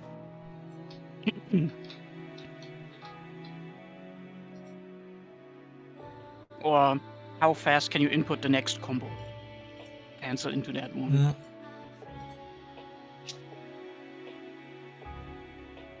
And use like one time, and then you can specify if you need it. You can specify you can only move again after like 0.3 seconds, but you can I don't know dash out of it after 0.1 seconds. But I think dash I don't even know if you would have that because you can just cancel out of everything anyway. Oh, something we can show, Felix. Completely forgot. Guys, there's something we actually added really fast based on player feedback as well from internal tests, and that is loadouts. You have now loadouts. Oh yeah, I can quickly Right. show that. But not here because I don't have... So the idea is basically, especially in the beginning when you don't have multiple elements, but you quickly want to switch from sword to hammer without going into the menu. Like you could go into the menu, it's pretty quick, but still you want to do it like in combat, right? Without like breaking the pacing. So now we have a button you can press on the keyboard. On the gamepad, it's your element wheel button plus the aim button. Yeah, so just to recap a little bit for those not familiar with how the game works, you do get 4 elements like in Crosscode, but you also get like 4 close ranged and 4 far ranged weapons, and you can assign those weapons to the elements, and switching elements will also switch your weapons. And as Stefan described, later when you have all the elements, it's perfectly fine. You can just switch elements to access all your weapons. But the problem is you always get more weapons first. Like initially you only have 1 element, and then you get like 2 sets of melee and range weapon. And you want to quickly switch those two, and that's why we created the loadout. Essentially, you can just assign 2 different sets of weapons. You can see this here, so you can just you have 2 sets on how you assign your weapons to the elements, and you can switch those between those anytime in the game, in combat and outside of combat. And it's specifically important in the beginning because we wanted people to just quickly switch between the new weapons they got. And now you have this option in addition to switching your elements, essentially. So like in the beginning, that means for every element you can have 2 different sets of weapons assigned.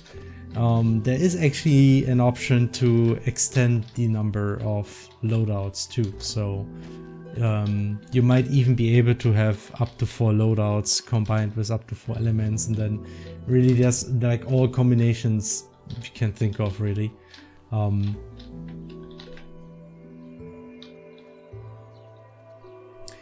Are the elements the same as in Crosscode? They're similar, but not exactly the same. There's only 4 elements without neutral. So one of those elements is somewhat like neutral. It's called Physis in Alabaster Dawn. And then there's like a cold and a heat element again, and then there's ether, which is, you know, somewhat more like shock. So yeah, they're pretty same. It's just a wave element Not kind of cold, got not cold and shock or heat, but cryo and Ignis. cryo and Ignis. Yeah, that's how they're called. They're essentially Nice, like the Ignis cold. one. Okay, legally distinct from Crosscode. Yeah. Anyway, I already like using the loadouts. Whenever I play it, it's actually a nice option to have, to just switch your weapons without switching the element. Specifically, even later when you have the element, sometimes you just know, okay, I got a fight with ether, but now I want to use that other weapon because it's a nice weapon. Then you can just quickly switch it. So it's a cool thing to do have. that during a combo. Like you can literally start a combo. Yeah. And switch to the different weapon set. We'll finish the animation, but then go into the next weapon. Will there be an element overload system? No. Nope. That's specifically why we removed the neutral element, because in Crosscode we had this kind of system where the neutral element was kind of less variable than the other elements. Like there was no reason to stay in neutral. And that's why we came up with the element overload system. And it was criticized a little bit, you know, here and there. And that's why we decided, okay, let's try to do something without, like where every element is equally variable. So there's no need to disable elements in a way. So in Crosscode was always a little bit critical because sometimes you had to use elements to beat enemies, and then you had the overload, and then the overload just forced you to wait out until you could effectively attack the enemy again, and that didn't feel too great.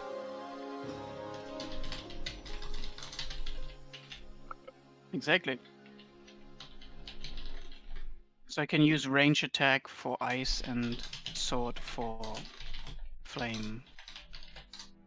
I mean, yeah, you could do that before as well. An element, you always have a ranged weapon and a melee weapon equipped to an element. Always. You don't just have a ranged cryo weapon and then a melee Ignis weapon. You always have both options. The loadouts just allow you to swap sets of weapons without having to go into the menu. I think if Neutral had tier 3 arts, it might have been less hated. I don't think that this would have helped as much. No.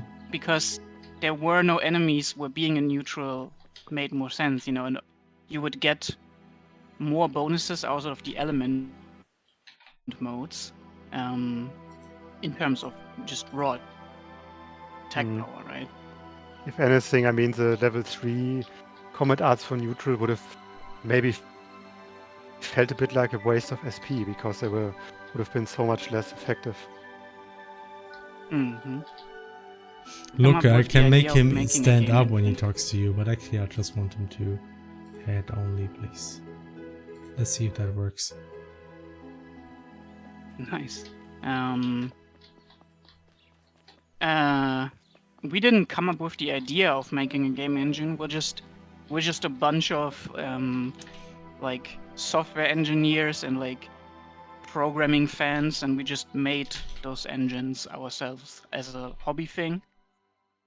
And then it just was the logical thing to do, or more or less like it was more like Felix was working on the HTML thing on the like proto crosscode project spherical, and then you know, when we decide, hey, like let's make this a actual game, like this let's make money with that, you know. It was already started, you know, out of a hobby thing, as many indie things, I believe. Isn't that a huge challenge? Yes, but it's also really fun. We are using our own engine, and it's really fun to do it, you know. You need arguably a lot of know-how, because you have different, especially for games, different subsystem, you know, rendering, sound, UI, editors, as you can see. You know, we also wrote all the editors on top of that.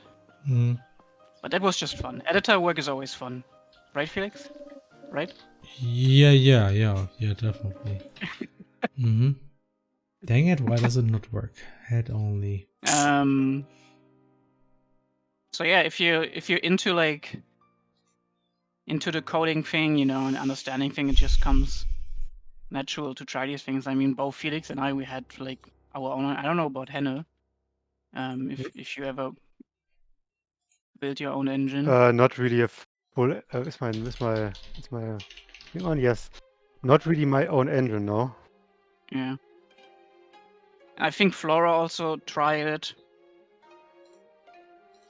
Before this, I think I had 3 little hobby projects that I had engines on. One I created solely for the purpose of my semester project, which was silly, but it was also fun.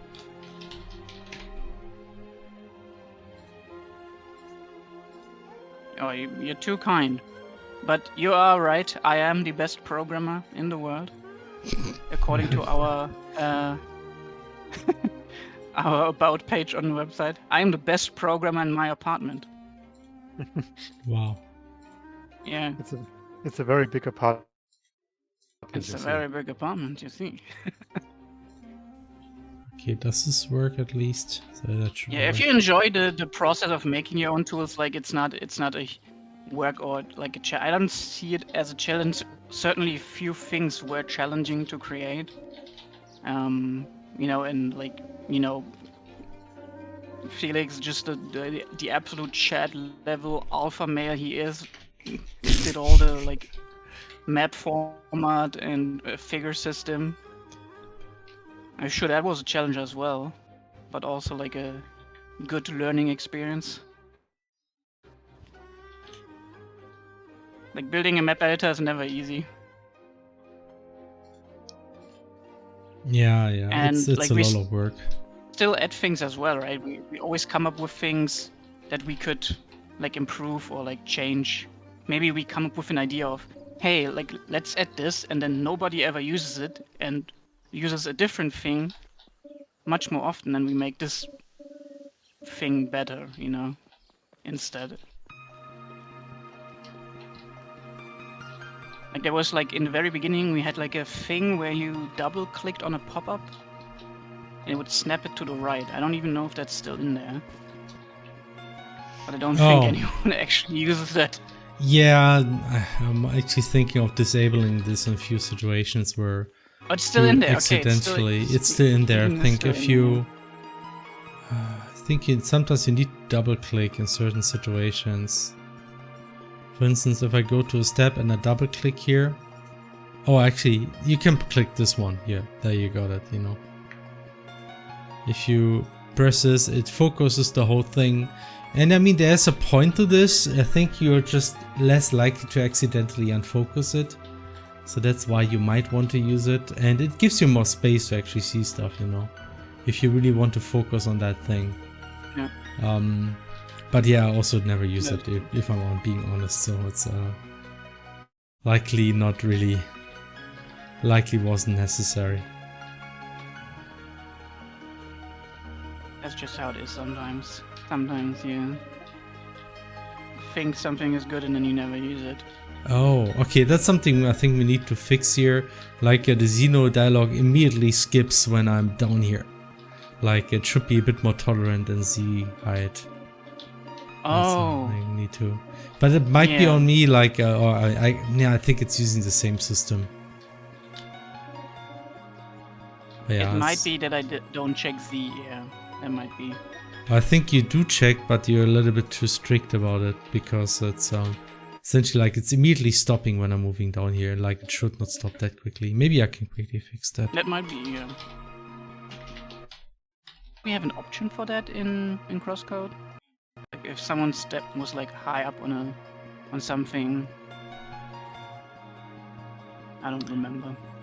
Yeah. In CCD, safe export string is cool stuff, good for backup. Just move him more up, and it wouldn't stop. That is a patch. You shouldn't like. You don't want to. You want to cure the disease, you know, not treat the symptoms. Oh man. Wow, yeah, it actually has to be identical. That's very strict. Holy shit. Yeah, see, I thought like I just made it identical. See, I even did it to do. Yeah. More Z variants. You know, see? actually, for now, I will just remove Z checks because I think we don't need them for the most part. We can add those later. Yeah, it might be. It might be I still had it in, but it might not be necessary that much because we have like 3D. I mean, our world is usually laid out in a pretty flat way, so it's very unlikely that you ever be in a visual distance if it's so high. Yeah, like if you're on the same coordinates, it's very unlikely that must be so hard. Okay. Never.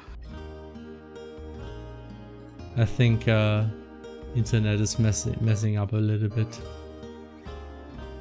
You're lagging. Yeah. You are lagging. Yeah, working with poor internet conditions. Okay, this is better now. Yeah. Take care.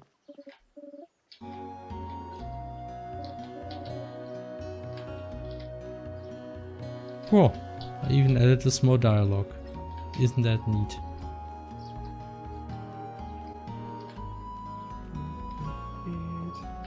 As people who made a 2.5D engine and then a 3D engine, how much harder is it to do 3D? Oh. 1 dimension harder, so at least 4 times as hard. Right? I mean, sometimes 3D is even. Wait a sec. What was this entire comment? I mean, the thing is, what does 3D mean? Like, the thing is, I wouldn't really do a 3D engine because there's already really good 3D engines out there. I mean, one big argument why you would even still do an engine like this is because, you know, engines are not really optimized for this visual style. You could definitely do this visual style with something like Unity, but it's kind of like using something that's made for any kind of 3D graphics and just use it for this more limited view. If it's like 100% 3D, I don't know, like depends on what kind of 3D. If you want to go, you know, high-end graphics, AAA thing, that would be a very dumb idea, I think, to do your own down engine because there's so much complexity that goes into this.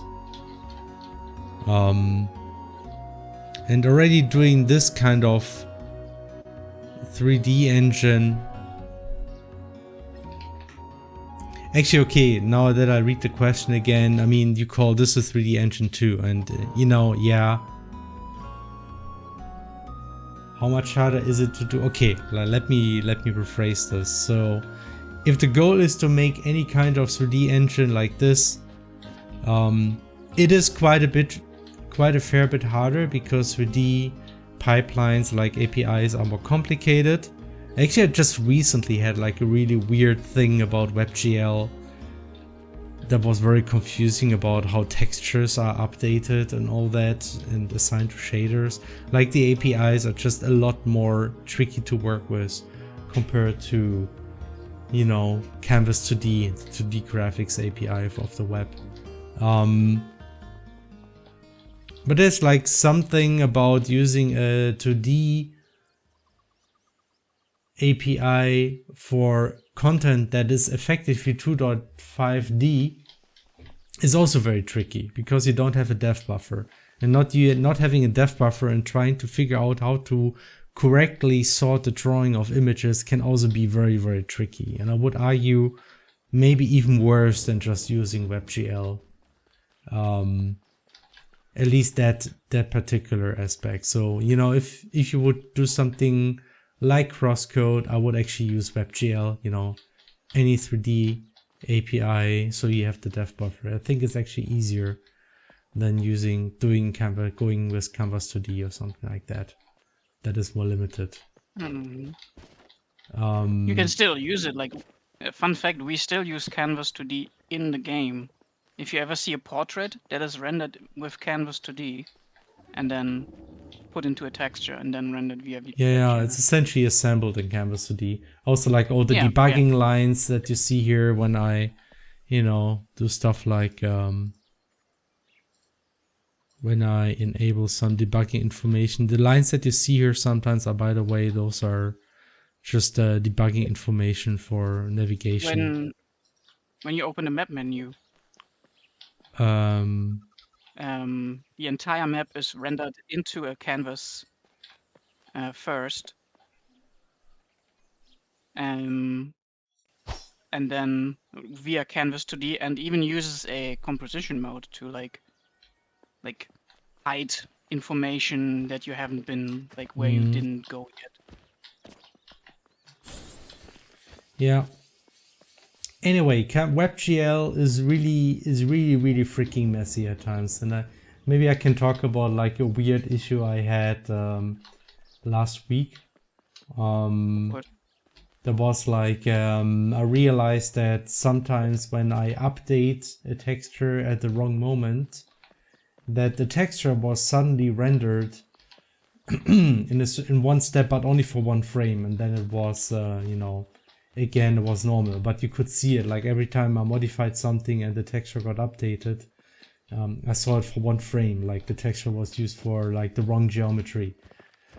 And then I learned that there's like active textures in WebGL. It's whenever you work with a texture in WebGL, be it just using it for a shader, or if you want to change its content or its format or whatever, you have to bind that texture.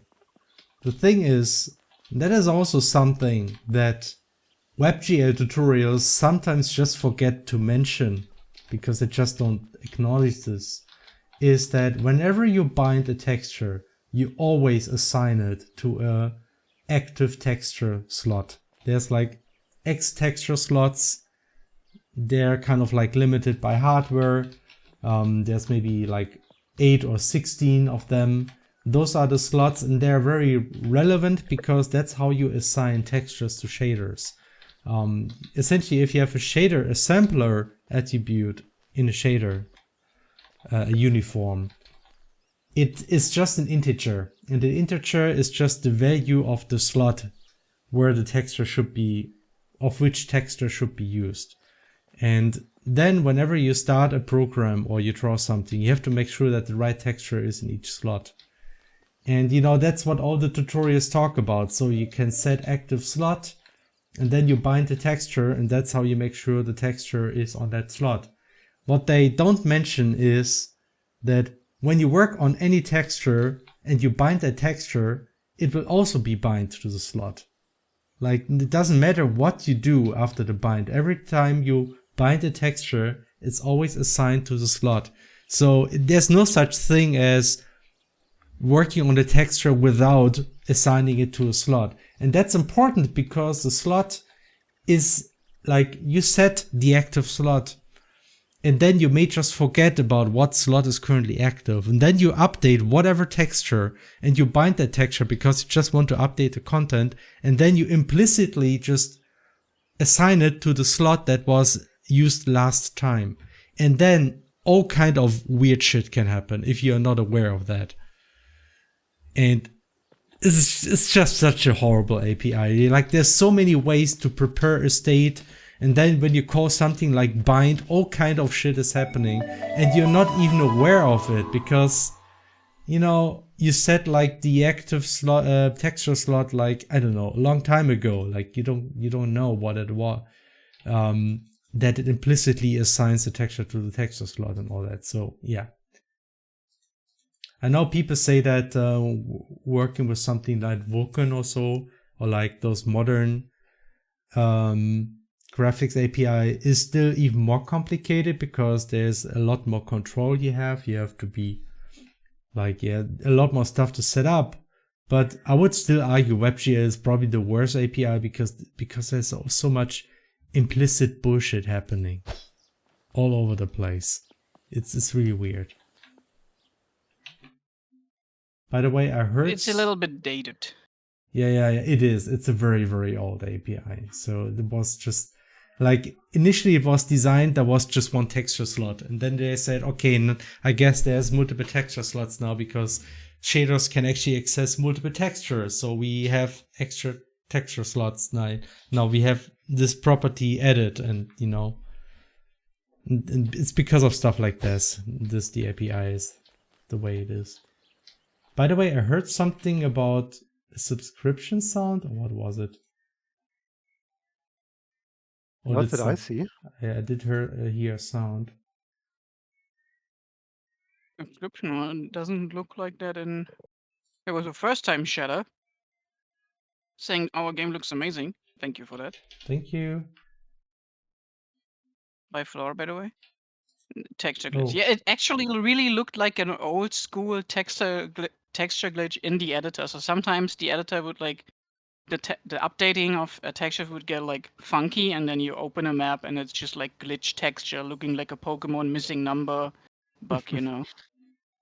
It was funny. Could you also use it to get infinite levels?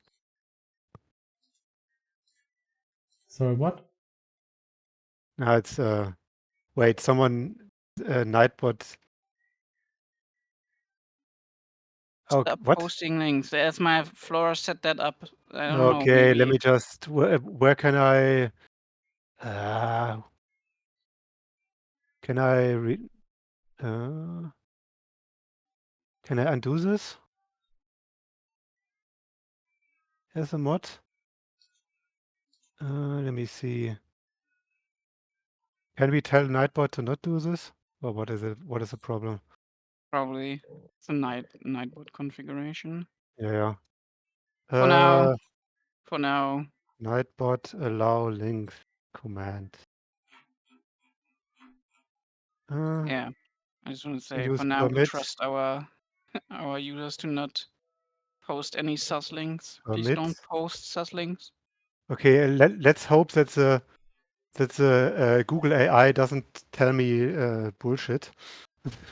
How is this word currently so horrible?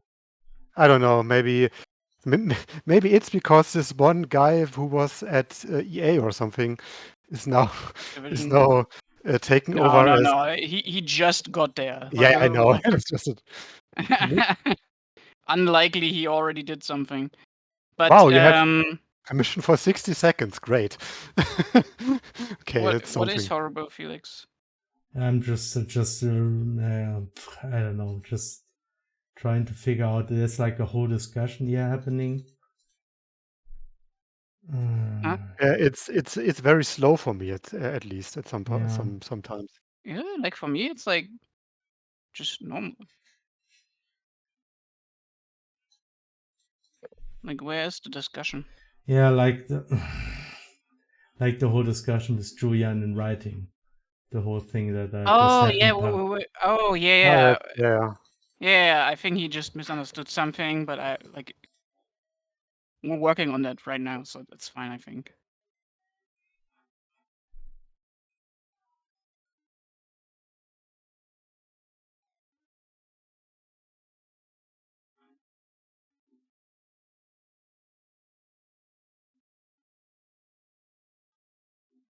We can worry about that later. Yeah. We're streaming now.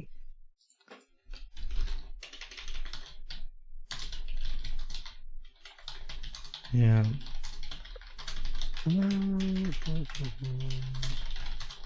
Okay, yeah, okay, yeah.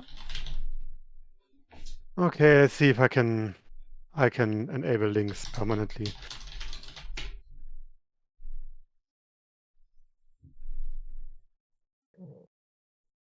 What's going on? Textures are always a problem.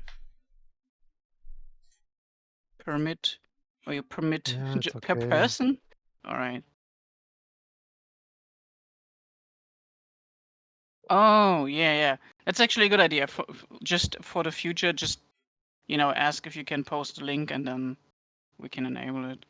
Yeah, I mean, I will try to enable it generally because I don't No, think it's actually a good idea. It like prevents people just posting spam. Okay, yeah, but it would be nice if we could like at least whitelist people permanently, like Oh yeah, people that's that true. like Yeah. people that we can trust and stuff. True and real. True Quoted and as real. real by true patriots or something. Okay, where is it? Whoop, settings. Also, I started watching Severance. Mm. I've heard good things about it. It's pretty good so far. Hmm? I like it.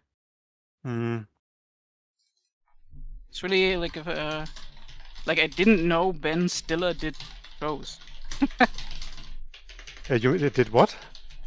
Like it's a Ben Stiller show. Yeah, I've heard he did the production, right? Yeah, like what? It's really impressive. I was just confused for a bit because Ben of Parks and Recreation is the protagonist. Yeah. I was forgot also, his and name. it's like I only saw him in comedies before, right? So Yeah. this is, like breaking the typecast is like worked really out for him. Well, he was also in he was also the male lead in quotation marks in the Madame Web movie, which is very bad from what I heard. So Well, yes, but Madame Web is a comedy. yeah, it is a comedy from what I mean I've seen a video about it and it feels very much like a comedy, but maybe not intentionally. What else did he do? Adam Scott, loot, don't. Yeah, he's mostly yeah, I won't be trusted with such rights. I We're now mean, becoming strict overlords. No one can post anything. Kovac, you said, I forget I cannot post links. Sorry, I mean, you didn't know it because before I think we could just post. Yeah, it's a new links. thing. It's a new thing. It's a new thing. Yeah, it's because it's all Flora's fault. No, it's because we set up not Nightbot, and Nightboat. Nightboat. I think Nightboat is something else, right? Isn't Nightboat like That's a 90s show. It sounds like Yeah, a 90s show. Nightboat. Right. Okay, I'm on the. I am in some sort of. What is this? No, wait, no. I logged into Nightbot, but I think I can only change stuff for my own channel, right? We'll fix it later. Yeah. It's just I kind of wanna. It's kind of interesting to like look into it.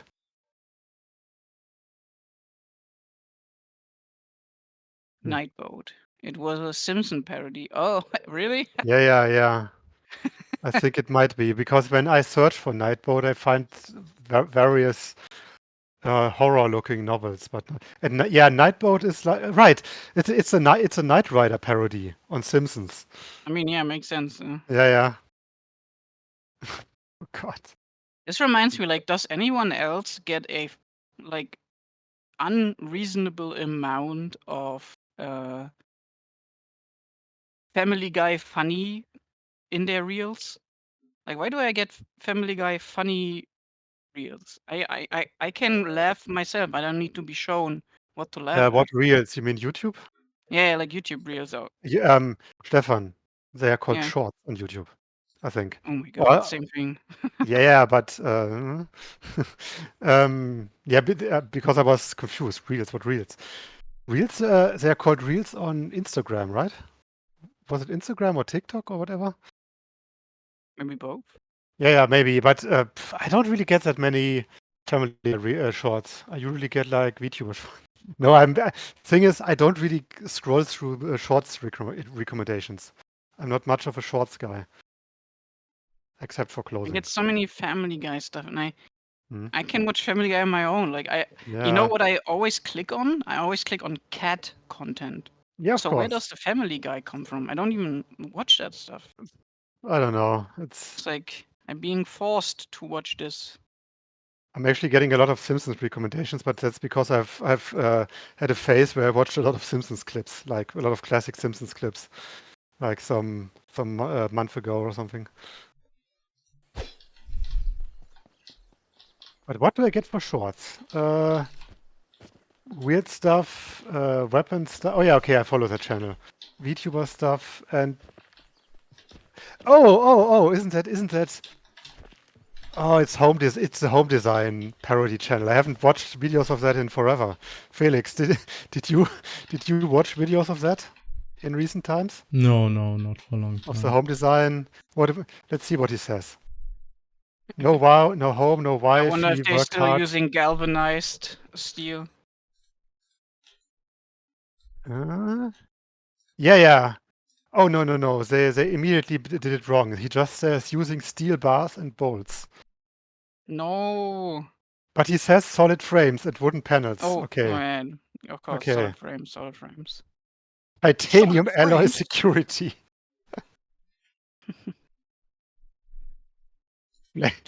Place the washing machine into countertop and stove. It's also a classic. For spices and personal items. Oh man.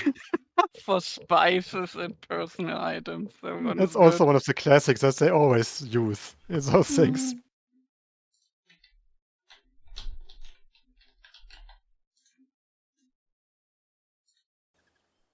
Felix distracted. Felix to Earth. Mhm. I think the music stopped. Maybe The we can music play. stopped, yeah. Yeah, we could play something else. Or just play the same playlist again. Oh, is the music? The music is no. AFK. Oh no, the the home modeling shorts. I'm not sure if it's even the same channel, but they are doing some new stuff in there. There were also very human design content. You remember the Griffin family had a cat? Me neither. They Yeah, had a see, cat? I haven't watched any. I don't even watch Family Guy that much. Mhm. But apparently, this is the thing I am interested in. The algorithmic gods have declared, "Thou shall be watching Family Guy funny." Yep. Is it Mana? Oh no, it's Zelda? Okay.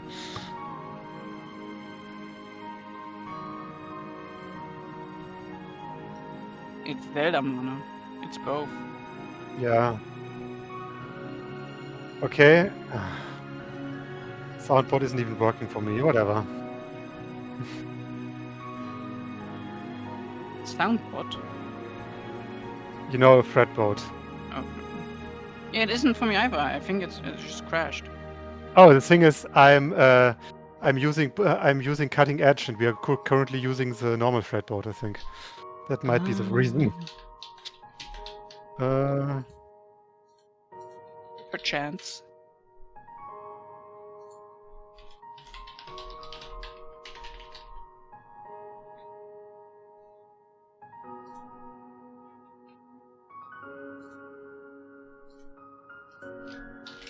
Holy shit, the search is bad.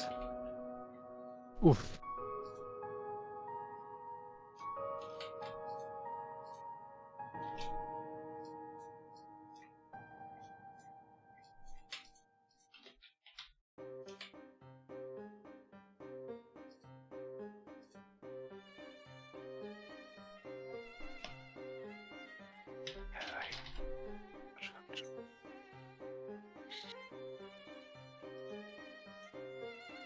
Look at these beautiful maps created by someone on our team. Who could it be? Actually multiple people. Yeah, I think Hmm. so.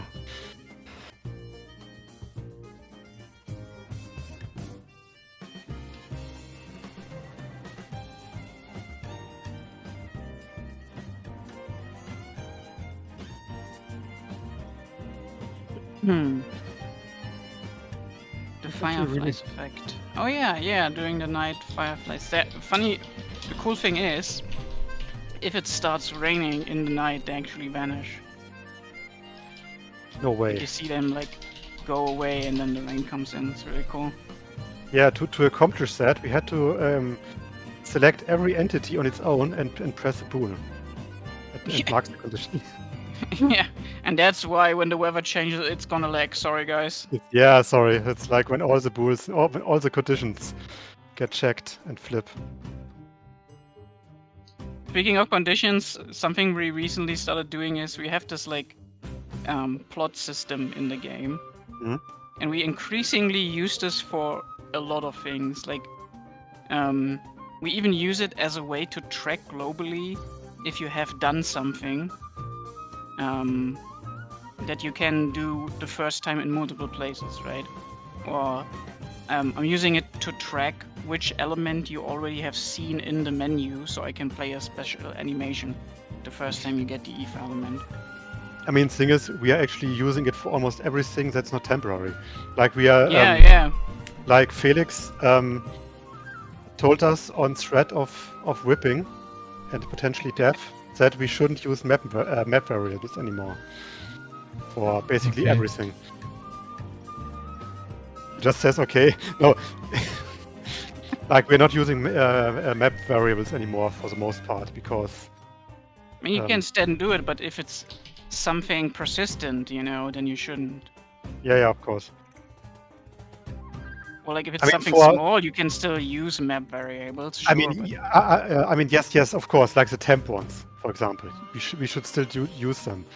But the normal map dot variables, I think it still is valid to use them for certain puzzles. But even for those, we usually can use plot variables by just making a plot for a puzzle, for example. Yeah, sometimes you use it even if you have like something happens and then you want to react on it, you can use plot states, because you can even during runtime you can add plot states and then just reload the map and then test it out immediately. Pretty nice. Mhm.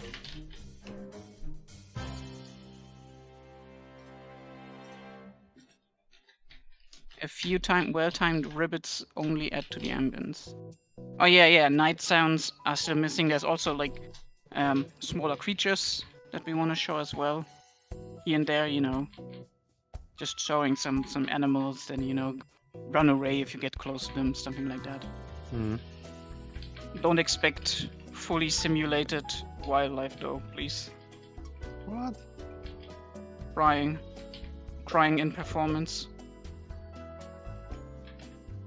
It's like funny, even like in the newest Assassin's Creed, if like all the creatures, like the animals, they will just run away from you, but they will do so infinitely if you can keep them in front of you. So one thing I did is I had like 100 of them in front of me at one point, because I kept like finding more and more and just like herding them in front of me.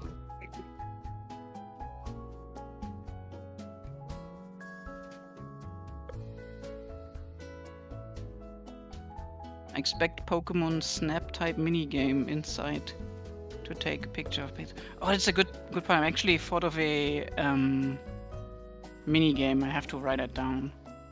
Minigame combat idea. Mhm. That should be possible. Everything is possible. Everything is possible. I mean, we recently also joked that we could theoretically do like first-person dungeons now with Oh yeah.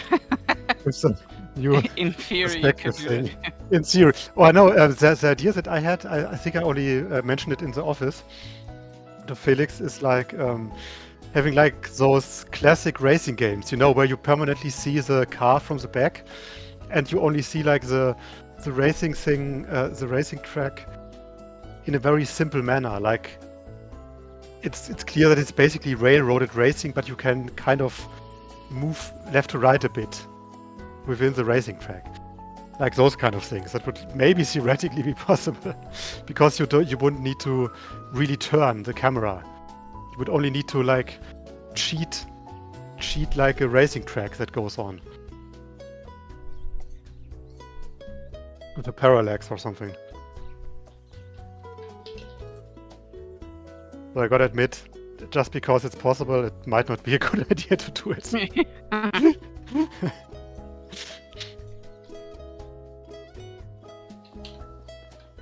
I mean, that's why we have test maps, where you like maybe test an idea out and then be like, oh, yeah, this is not at all fun. In that case, I demand a minigame to prove you can hurt cats.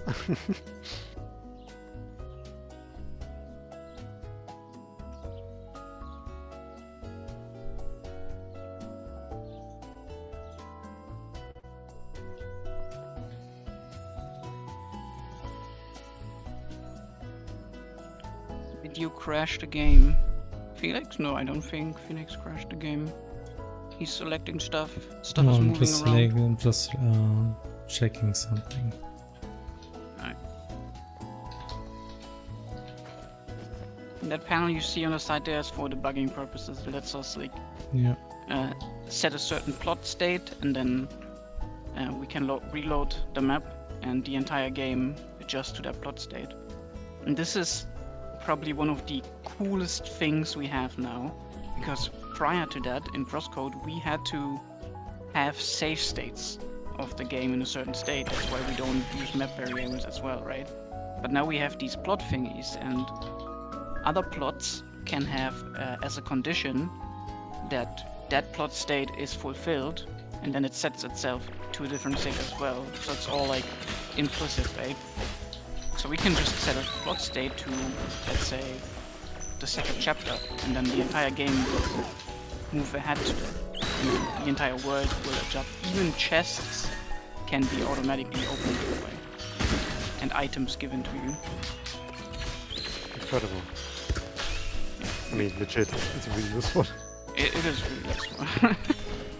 We also have like a thing where you can set a marker, and then you can tell that marker to be prioritized under a certain plot state. So you don't always need to have one marker that you move around, you know, for testing. You just place another marker that you teleport to on a certain plot state, and boom.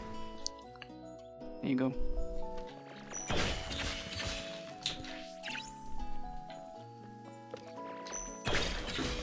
Now, yeah, as you can see, like, this is a phase during the tutorial. This entire area is like corrupted by the nukes, right?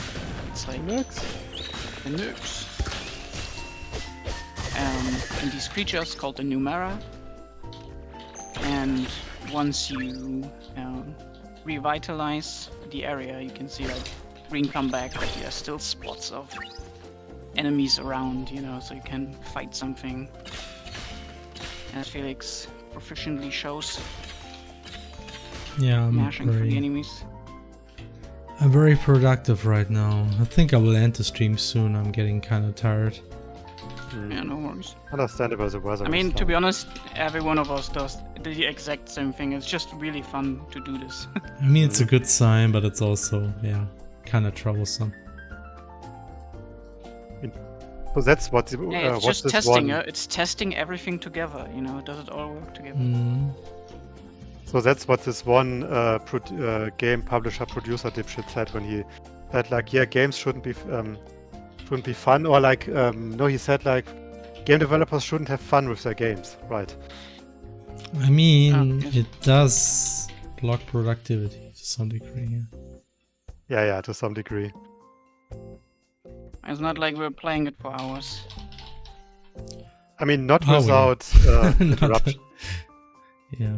It's more like, oh, you tweak a little bit, a little thing on this enemy, then you test it again for 15 minutes, then you tweak another little thing, and you repeat that for a few hours. That might happen. I really enjoy these streams. Thanks for finding time to do them. Yeah, you're welcome. Even though we might... You're welcome. We only do them like once a month currently, but... I mean, we are not full-time streamers from what I understood. No, we're not. When you're a full-time streamer, you do nothing else. You do not... Except streaming. Except streaming. Well, I mean, no, not really. I mean, if you're a full-time streamer, you also do a lot of, like, organizational work and stuff like that.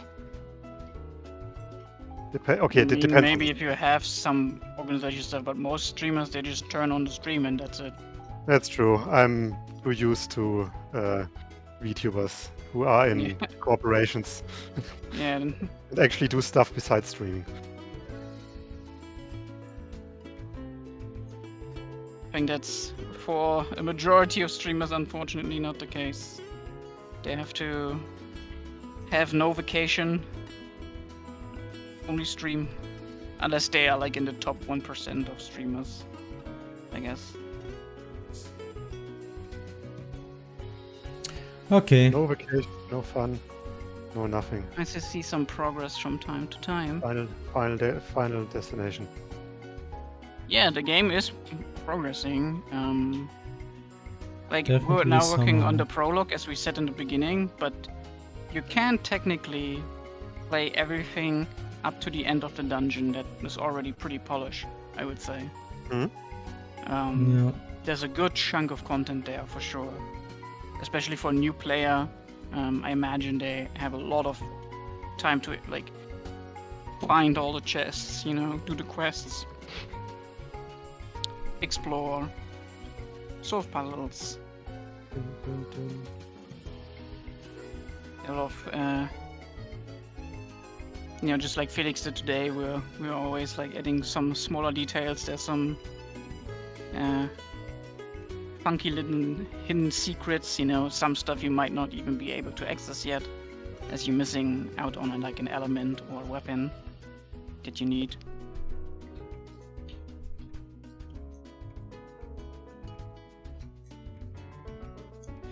Okay, yeah, let's conclude the stream. I'm too distracted Okay. now and tired, so at least we did make some good progress, and for once it was content and not technical stuff, so I would say the village Content. seems more lively now, even though there's still dialogues missing, all that, so Damn it, but now I didn't tell what anime I watched. Oh no.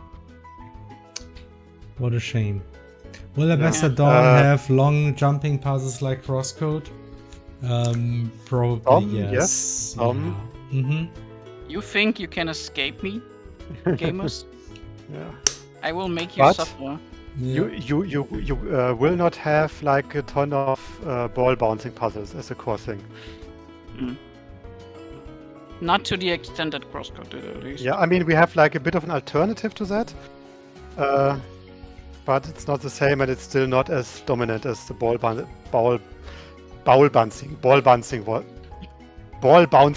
God damn it, was in Crosscode. Okay. The bowel. The bowel bouncing. The bowel Got me. bouncing. I think that sounds a bit more painful. But yeah, no. But I just want to say I finished Symphogear, but I think Rowan is not in the chat, so no one cares. Damn it. Okay. No one except Rogue cares, you say. Okay. Yeah, I mean Symphogear it has a huge cult following, so I wouldn't be surprised if more people care about that. Like there is just a secret path throughout all the game world to get one chest. You have to circle the whole planet. Yeah, maybe. You know. Maybe. Maybe. No, I don't. That's at least not how I intended the design of each area. So far. So far. Yeah. Anyway, so this concludes our Alabaster Dawn Gamedev stream. Mhm. And yeah, so hope you see you again next time, whenever that will be. So hopefully, well, we should try to get a stream done in June at least, I would say. Let's not skip another month. Yeah, I agree. Probably will be easy since we are now in early May, so it can be late June. And then, I don't know. So thanks everybody for watching. And hope to see you again. And good night, or go have a good day, depending on your time zone or whatever. Yes. Felix, before you. Okay, let me just. Okay. Wow, is that It's the actual scene this time. actual Seinfeld? Wow. Yeah, maybe because I used the normal thread mode. Like in I don't the know. old days. Sorry for interrupting you. This was important. Yeah, okay, anyway, bye. it was. Anyway, thanks everybody for watching, and hope to see you again next time. Until then, bye bye. Bye. Bye.